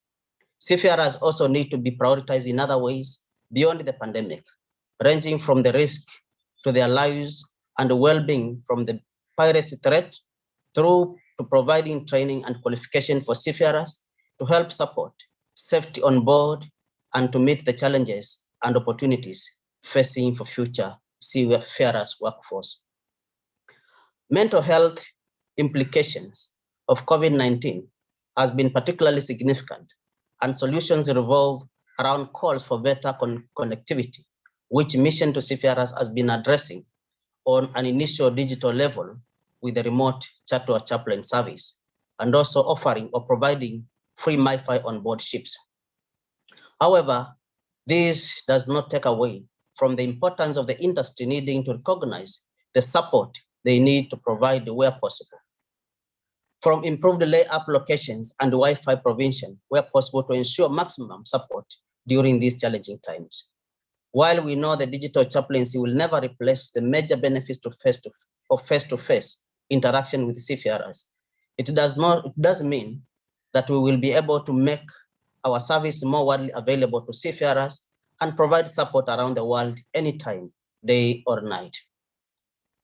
Throughout its long and distinguished history, the Mission to Seafarers has grown to become one of the largest port-based welfare operators in the world, providing its services in over 200 ports across 50 countries worldwide. Drop-in centers for seafarers play a vital role in the Mission to Seafarers service provision, with over 120 Fly Angel Seafarer centers worldwide. With only a few open now due to social distance, other measures have been put in place to see that opening of centers resume. We have a Seafarers Happiness Index, and the latest Seafarers Happiness Index report for the second quarter of 2021 showed overall happiness dropping to an all-time low since the beginning of COVID-19 pandemic. The second quarter report of 2021 report reflected the need for wider vaccination programs, despite the maritime industry putting its vaccination plans into action, with the leading flags, states, and big seafaring nations, including Cyprus, Singapore, Philippines, Germany, and USA, leading the way.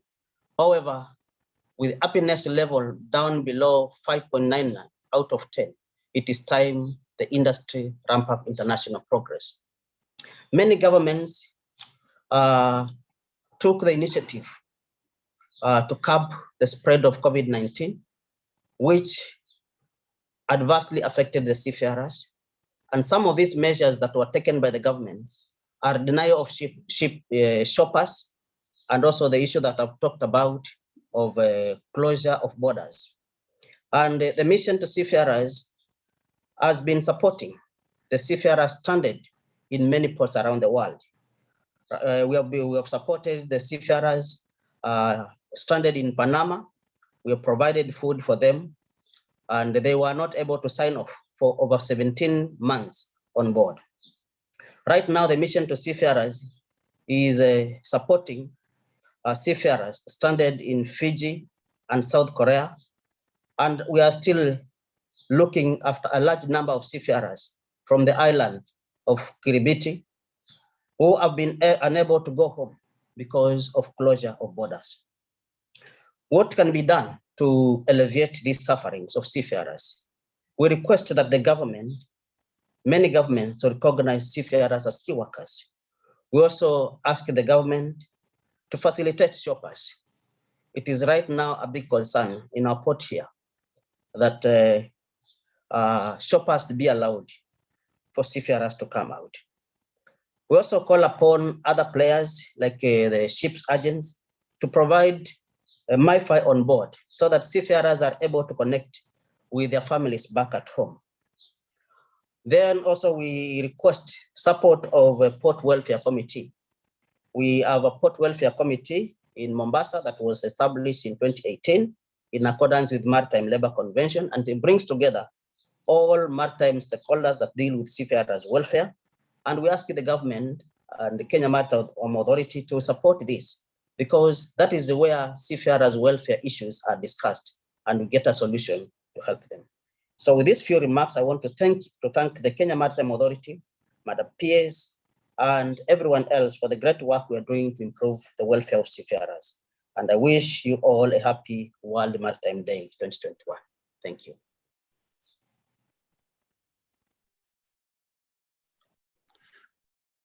Thank you very much, Reverend Muli.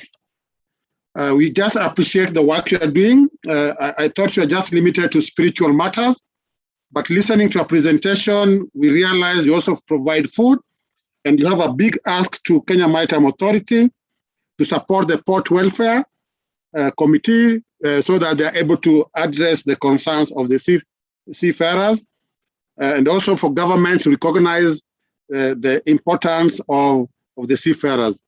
I think that's laudable. I think it's also important, and you have mentioned it, the need for the ship agents and the ship owners provide Wi-Fi on board. So all of us, or most of us on land, the first thing you pick is your phone and try to connect to friends. So it's just difficult to imagine the kind of difficulty the seafarers go when they're not able to communicate with their families. We appreciate what you are doing, and we wish you God's blessings even as you do the difficult job, both spiritual and also in respect to food provision. And I'm excited that it's not limited to Port of Mombasa. You have spread your generosity out of the country, and that's also commendable. Well done, and God's blessings upon you. Ladies and gentlemen, we are just about to finish. Last but not least, we have Mr. Stephen Owaki. Mr. Owaki is from the Seafarers Union of Kenya. And we're just excited to have him. The good news is he has the privilege of telling us what we have missed out from the previous presentation, and also to tell us the role of their union and what else he thinks should be done to better the lives of the seafarers. Mr. Owaki, over to you kindly. Yeah, thank you very much, Mr. Moderator. I take this opportunity also to thank the organizers of this meeting. But first and foremost, let me recognize the presence of the Principal Secretary, Madam Nancy Karigithu, Director General Kenya Maritime Authority, the Chairman of Kenya Maritime Authority, Mr. Geoffrey Mwango, other panelists, invited guests, ladies and gentlemen. I take this opportunity first and foremost to thank fellow seafarers for this important occasion, celebrating World Maritime Day, in remembrance to all seafarers and the work they're doing all over the world. Coming at the tail end of the discussion, and quite a lot having been covered also, I think my work is more or less like a vote of thanks. However, I wish to take this opportunity more or less to focus on the achievements. Previously, when we have been celebrating World Maritime Day, it has always been full of challenges and failures as a country, which we are aspiring to achieve. But as we celebrate this year's World Maritime Day, let's also talk about the gains that we have already had. And in this regard, I wish to thank the government of Kenya, and in particular, the Principal Secretary, Shipping and Maritime Affairs, for the work she has tirelessly done to improve the status of Kenyan seafarers. I'm also in creating employment opportunities and training opportunities of our seafarers. It has not been easy to reach where we are today, but at least now we can say with happiness that we are heading somewhere. When we were celebrating the previous World Maritime Day, we used to say that we used actually to ask ourselves, when will you have our seafarers also plying these ships coming to the port of Mombasa? But today we can say with confidence that we have started having our seafarers joining the ships right in our port and disembarking also when the ships comes here. And that's a very great achievement. We have today our seafarers going for training, acquiring training opportunities, and also for employment, both in the cruise ships and cargo vessels. And that's an achievement that we have really struggled over the years to achieve. Today, we can say with confidence that the future is bright. And in that regard also, we need to also appreciate the input of the government in all this by actually converting Bandari Maritime Academy into a maritime training center, which previously was just a training college for Kenya Ports Authority. As we speak now, Bandari Maritime Academy has entirely been set aside to look into maritime training and offer courses that will enable our seafarers and the Kenyan youth, for that matter, to acquire employment opportunities. And that's a very great achievement we need to actually celebrate.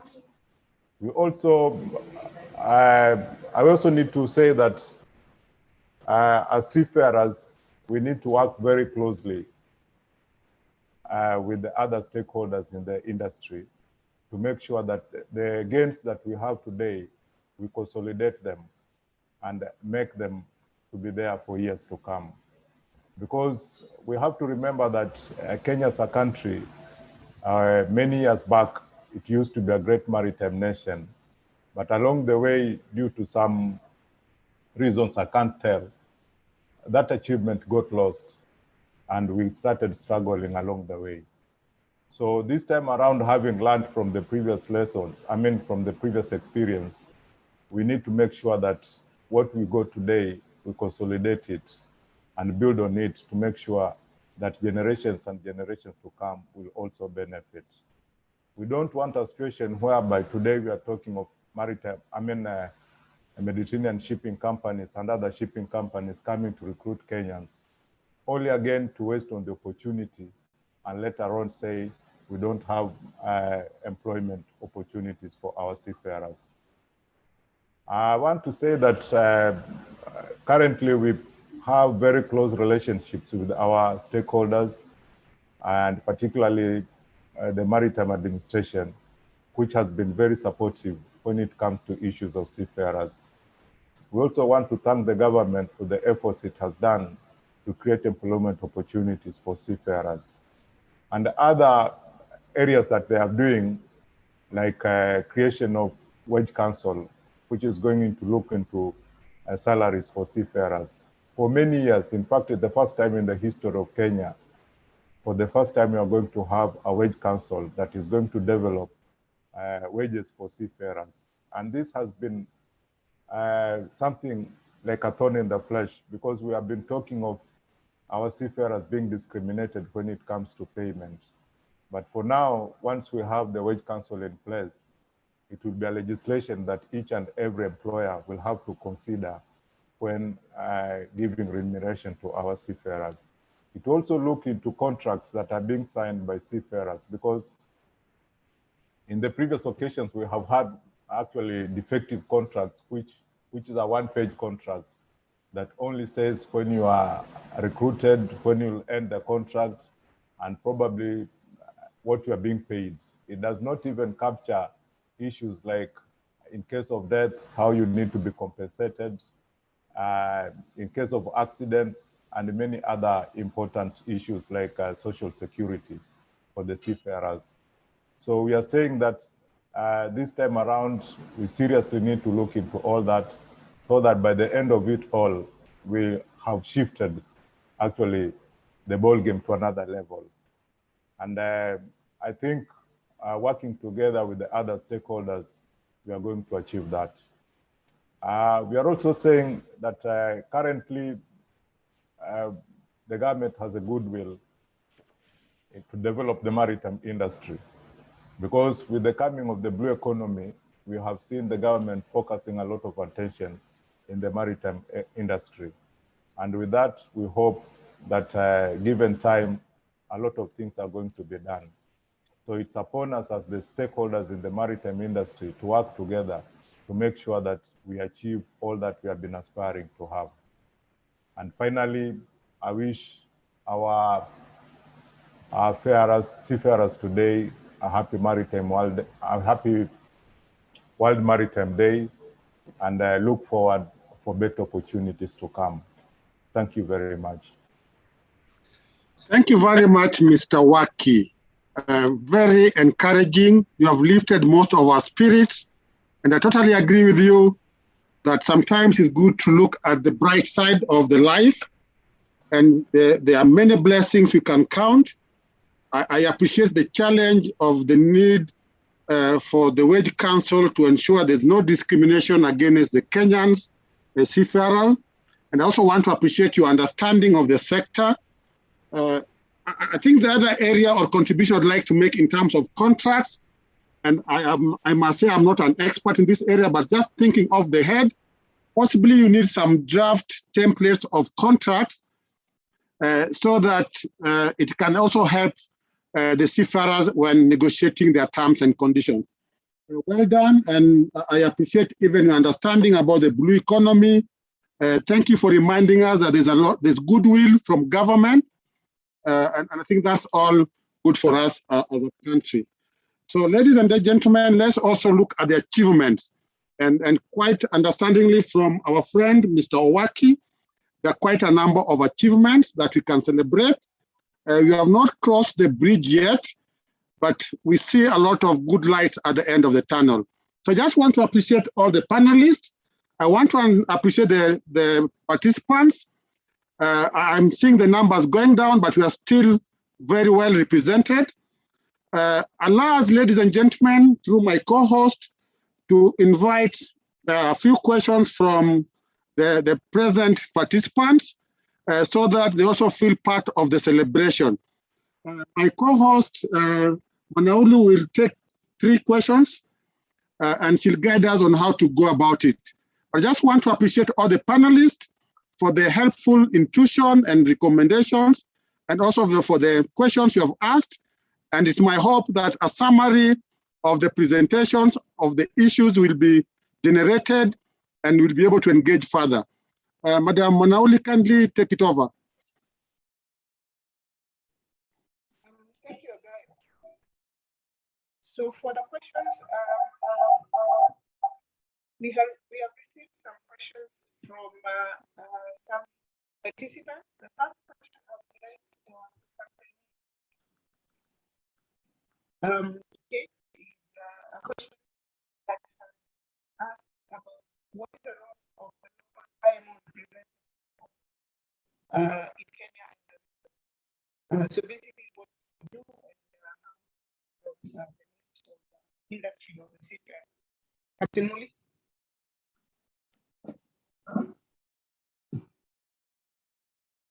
Can hardly hear you, Manaulu. Could you try to check on your mic? Yes. So the question was, what is the work of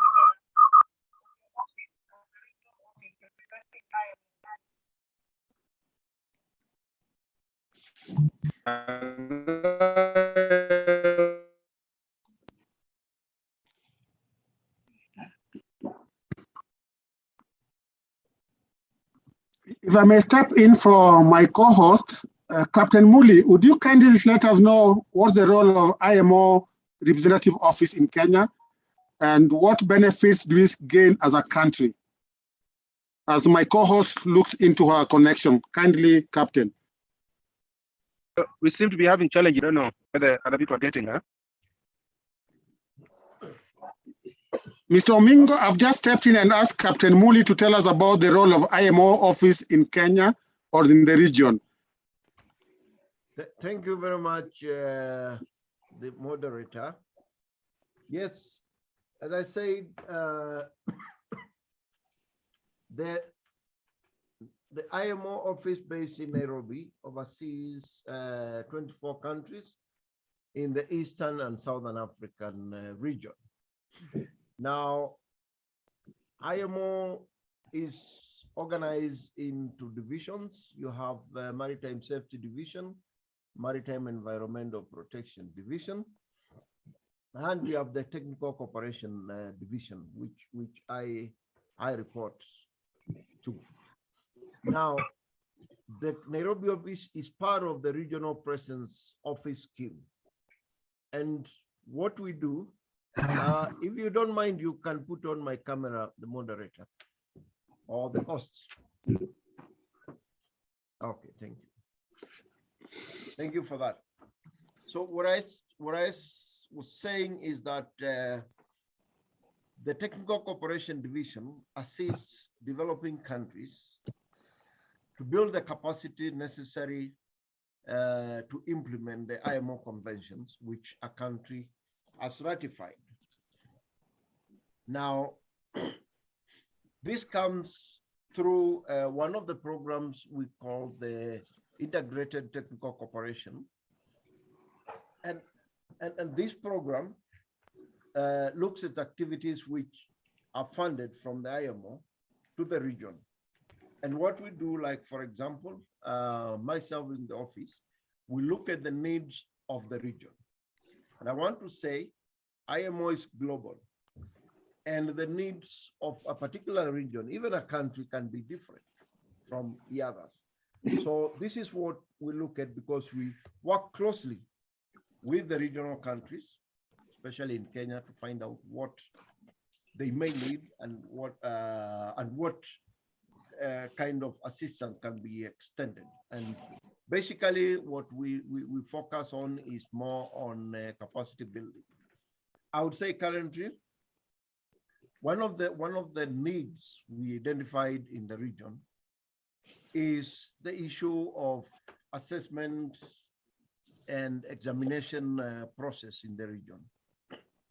Because you find some of these courses are quite specialized and are not offered in the other maritime institutions you may find, particularly on this one I'm talking about, where we now looking for, we have looked for a donor who we are partnered with, the Maritime Academy of Singapore, MPF, and they are going to deliver these courses, and that will be on 25th of October.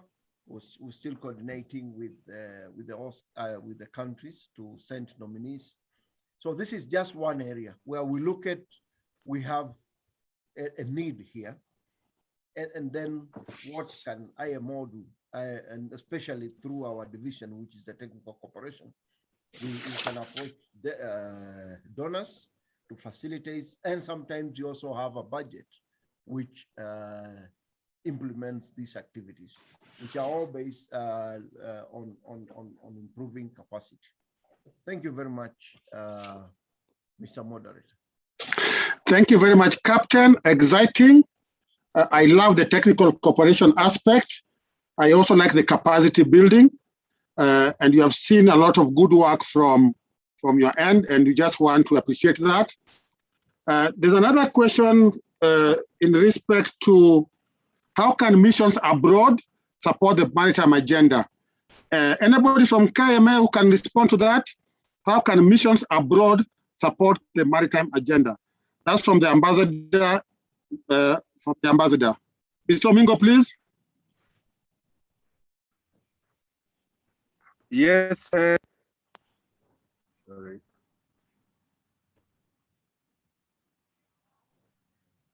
Okay.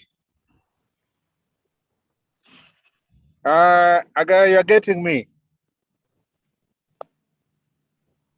I hope I'm clear enough. Yes, you are clear enough, Mr. Omingo. Yeah. Proceed. Thank you. The missions abroad have got a wide range of engagements that they can help support the maritime agenda in Kenya. The agenda, as rightfully mentioned, from the seafarers' perspective, it has grown. Now we have a very structured way of training them. We have a very deliberate effort spearheaded by the PS herself in terms of engagements. And even in terms of getting Seafarers training, there are a lot of structured way of dealing with the matters, which are very, very critical to support that agenda in as far as the seafarers training and career progress is concerned. We have done a lot in terms of creating that framework for curriculum development and for supporting their training programs. Those are a number of things. But the bigger picture where the missions abroad could be very useful is in terms of the engagement in the blue economy. They are living abroad. They have been to places where the systems are in place. And the developments in terms of the clusters within the economies are already mature. Here in Kenya is like a virgin. We are starting from the ground levels in the various clusters within the blue economy space. So here it's like you are beginning to plant your seeds in a land that has never been farmed and is very rich and fertile. So what we are striving now is to scope down what are these opportunities, how can we engage them?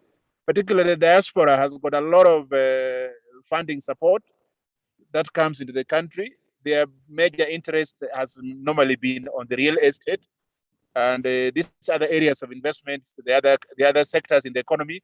But the area of the blue economy, I've got very little. So as we work on how to create those opportunities to be visible by the regulatory framework that we are providing, by the structures that we are creating in terms of the policy development and the investments opportunities that are coming up, that also need a lot of regulatory backing and incentives and developments. These are places where their precious dollar can find ground into venturing into. And also they have contact with where the ship owners are normally located. They can link us with some of them in terms of creating contacts.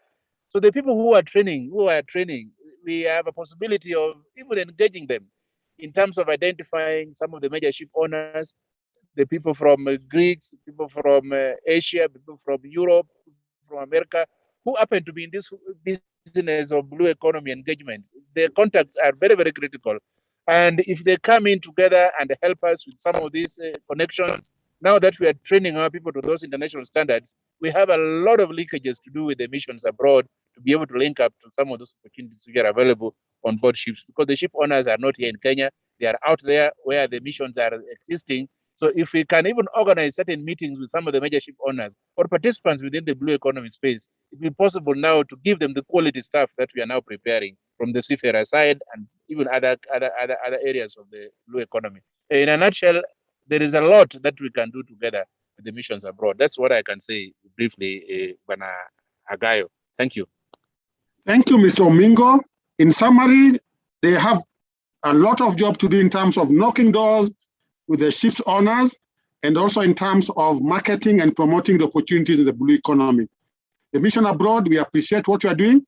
It's not trade alone, it's not investment alone, but there's an opportunity for you to support us in the blue economy and also in opening doors through discourse with the shipping owners. Thank you very much.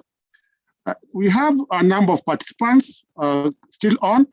May I just request one or two to get an opportunity to ask a question?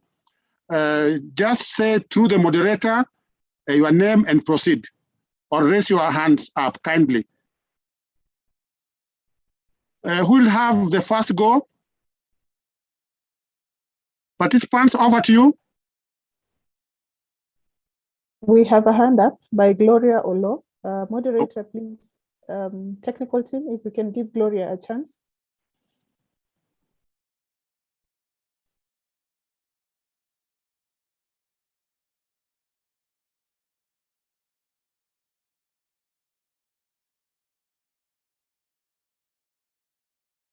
Microphone.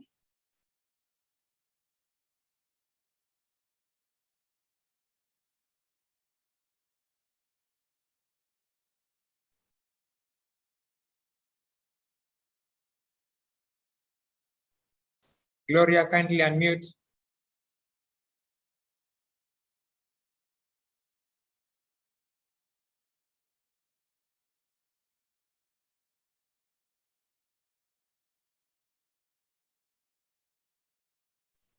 Gloria, kindly unmute.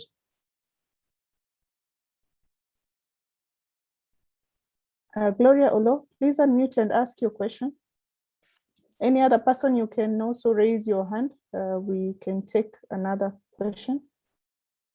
Caroline Karanja as Gloria unmutes. Caroline, if you're ready, please go ahead. Gilbert, the floor for Caroline. Good afternoon, everyone. I hope you can hear me. Yes, Caroline, thank you. Good afternoon to you. We can hear you. Go ahead. Thank you very much. My name is Caroline Karanja. I represent KCD Group. My question is, I have got through a very good presentation. Thank you so much for organizing this forum. Thank you, Your Excellency, PS, Chairman, CEO, Promesa, and all the dignitaries that are present. I have noticed that the opportunities were to scale up or to enhance or increase the number of people who are employed in the industry, or to enhance trade in the sea space or in the water spaces, the opportunities for financing. Some of them have been mentioned in the presentation. At KCB Bank, kindly, if it is possible for the organizers, to just list and highlight these and share them. I think we can do something from a corporate banking perspective. At KCB Bank, one of the partners of the State Department, both for shipping and maritime, as well as the blue economy. Thank you, Caroline. Indeed, we note your sentiments as a corporate, and I believe we will share contacts, as you can also send any inquiries at KMA, that is info@kma.go.ke, and we can be able to organize a session just to meet your needs. So that is noted. We'll also take note in the meeting report. This will be documented. Thank you. We can proceed to the second person. Gloria, I don't know if you're able to speak now.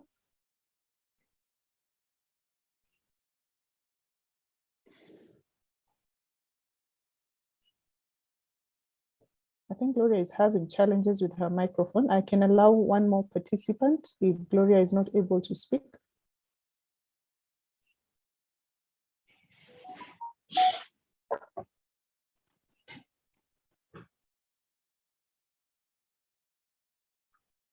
Mwanaulu, Betty's hand is up. Okay, Betty. Sorry about that. I could not see your hand. Betty McKenna, go ahead.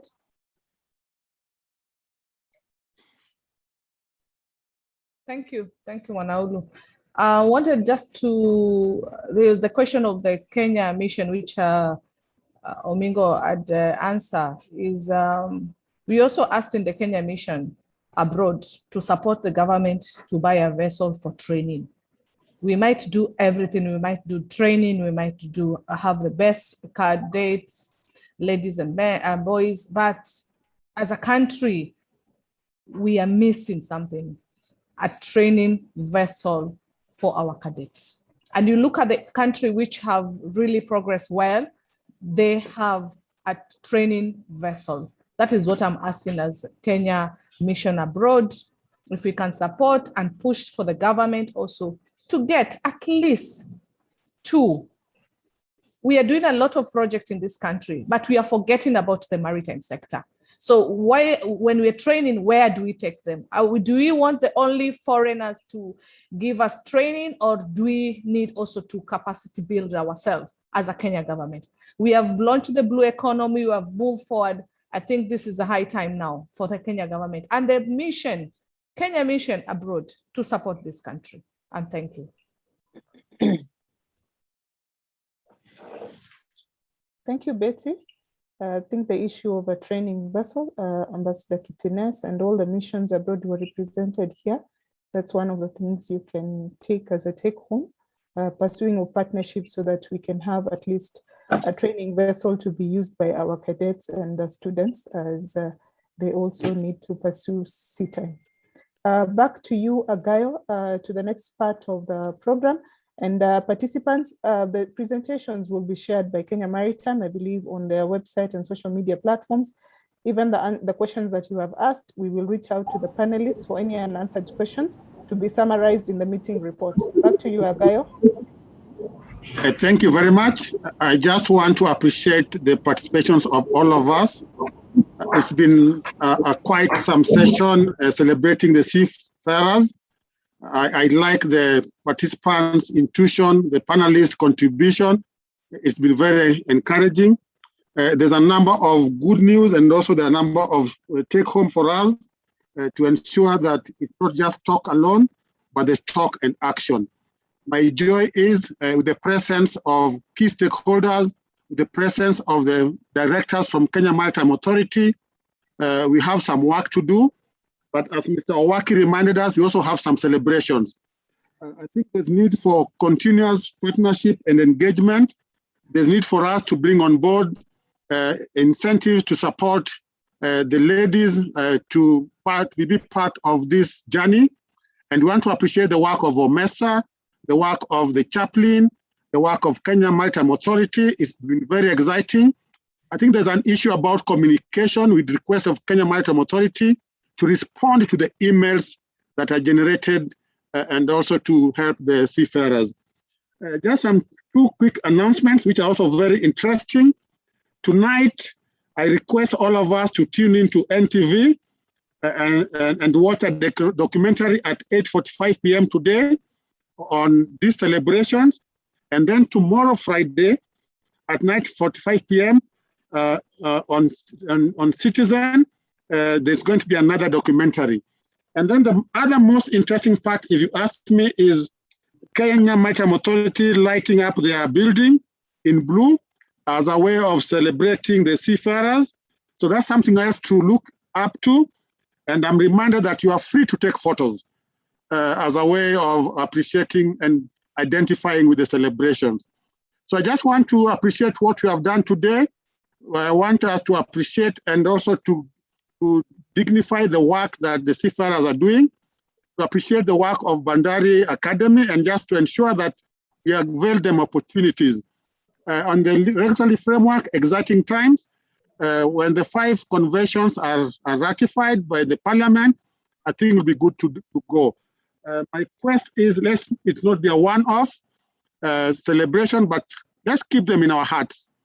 So with those many remarks and appreciating the work of my co-host, I just want to invite our friend Beth to make the closing remarks as we close the session. Madam Mauricio, kindly.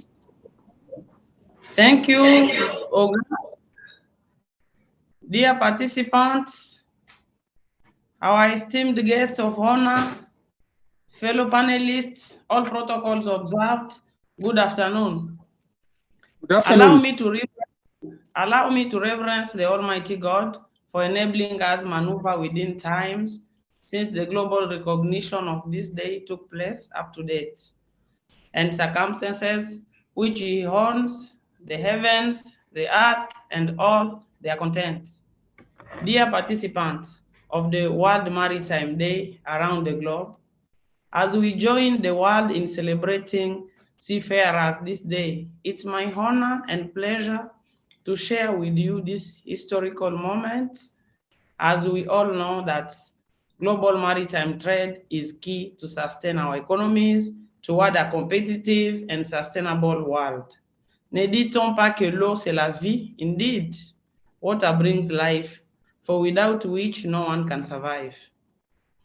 This is the same concept here, whereby the entire world is served by the seas to infuse better life to our populations by reducing the cost of doing business through adoption of good maritime regulations under one big regulatory umbrella, which we call IMO. Madam Nancy Karigitu, our captain in the industry. She's the Principal Secretary, State Department, Shippings and Maritime, Ministry of Transport, Infrastructure, Housing, Urban Development, and Public Works. I always call you our captain, the Queen of the Sea, for you have always been in front line on issues pertaining the maritime sector.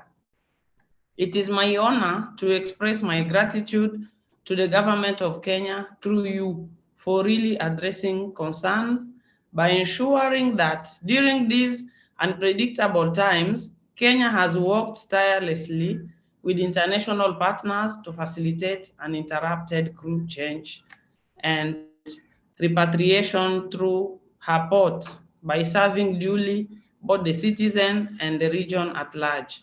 Asante mama, umejitolea vya kutosha. Captain Dave Moody, the Regional Coordinator, International Maritime Organization.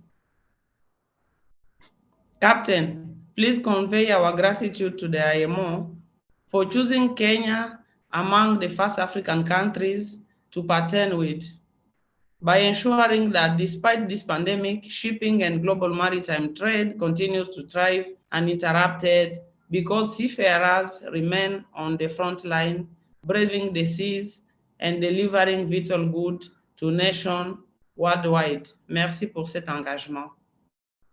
Bwana Geoffrey Mwango, Chairman, Board of Director, Kenya Maritime Authority, with you all the members of the KMA Board of Director. Thank you for making sure the authority sticks unto its mandates and delivery duly its missions. Asante sana kwa kutii mwito wa serikali.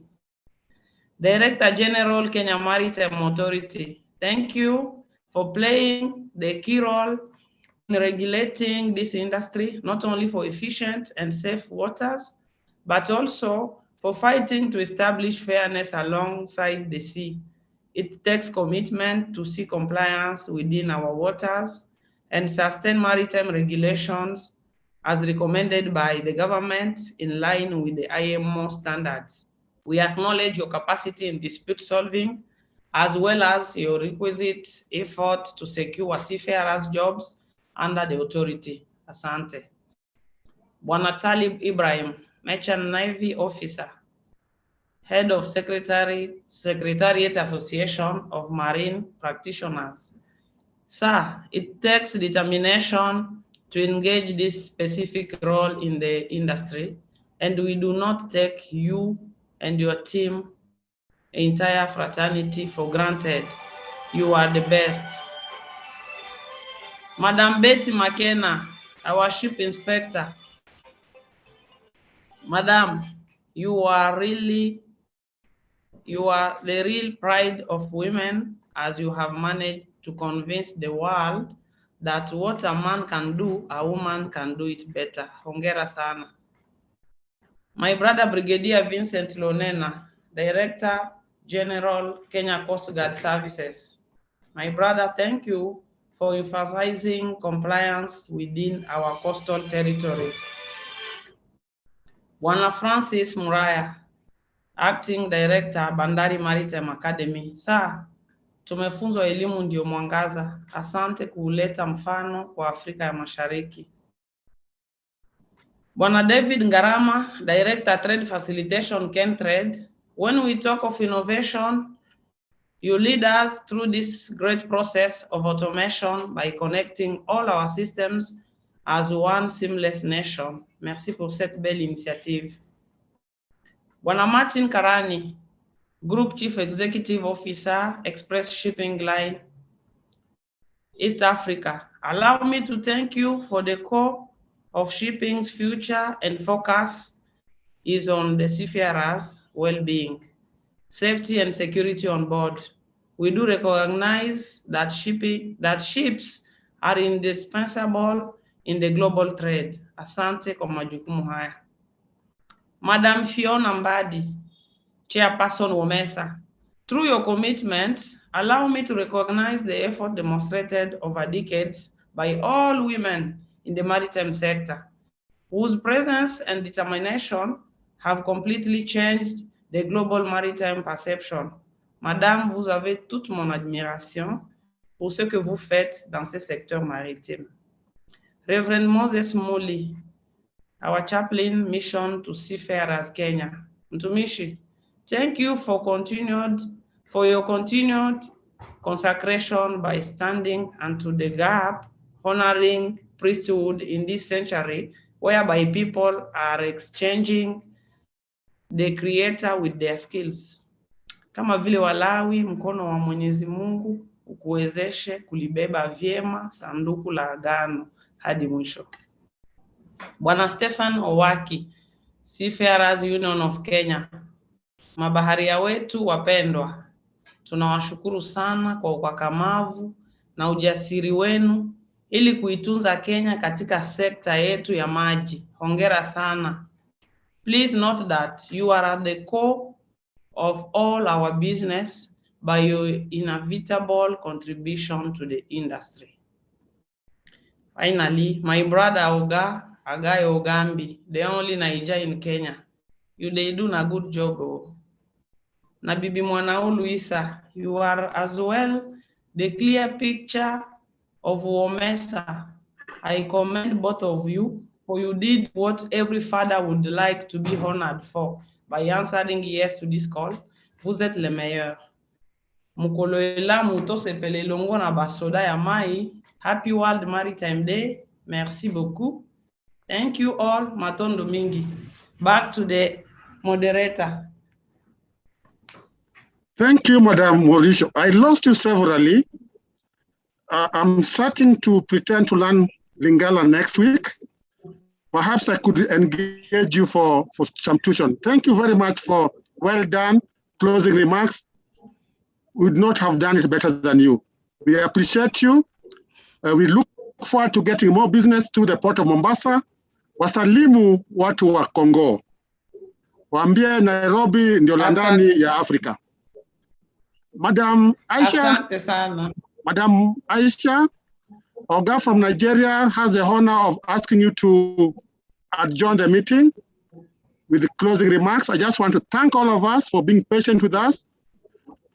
Technology failed us, but we are grateful to God that He's seen us through. Madam Mwanaulu, kindly close it, and we thank God for the opportunity for the meeting. Thank you, Bertha, for the delivery of a very good vote of thanks. We appreciate your effort as the OGFREM representative. Thank you, everyone, for joining us. We apologize for the time. We've had to just cut down a bit on the presentations, but as we've said, they'll all be shared.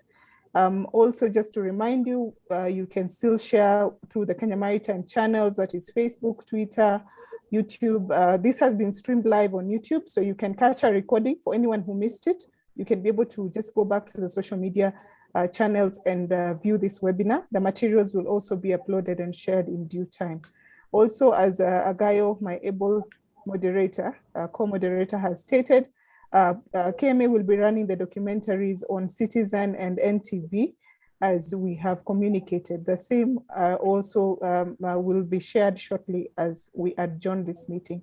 I wish you a blessed day and stay safe. Happy World Maritime Day. Thank you.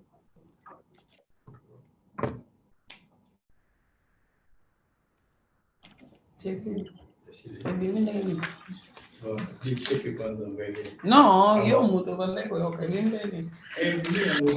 We live at our own pleasures. God bless you. Enjoy your afternoon and take care. Bye-bye. Thank you, moderators. Bye. Thank you. All the best. Thank you. Bye-bye.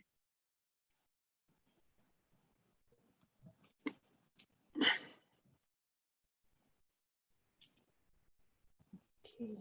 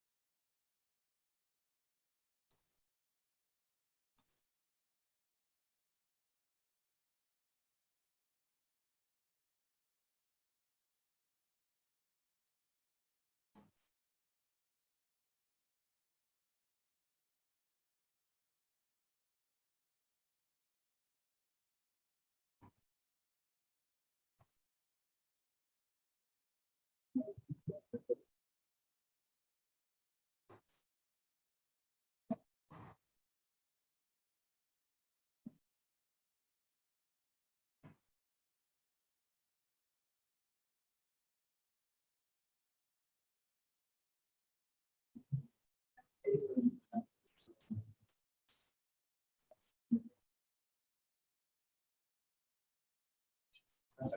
about 10 minutes here and then as people leave from the altar.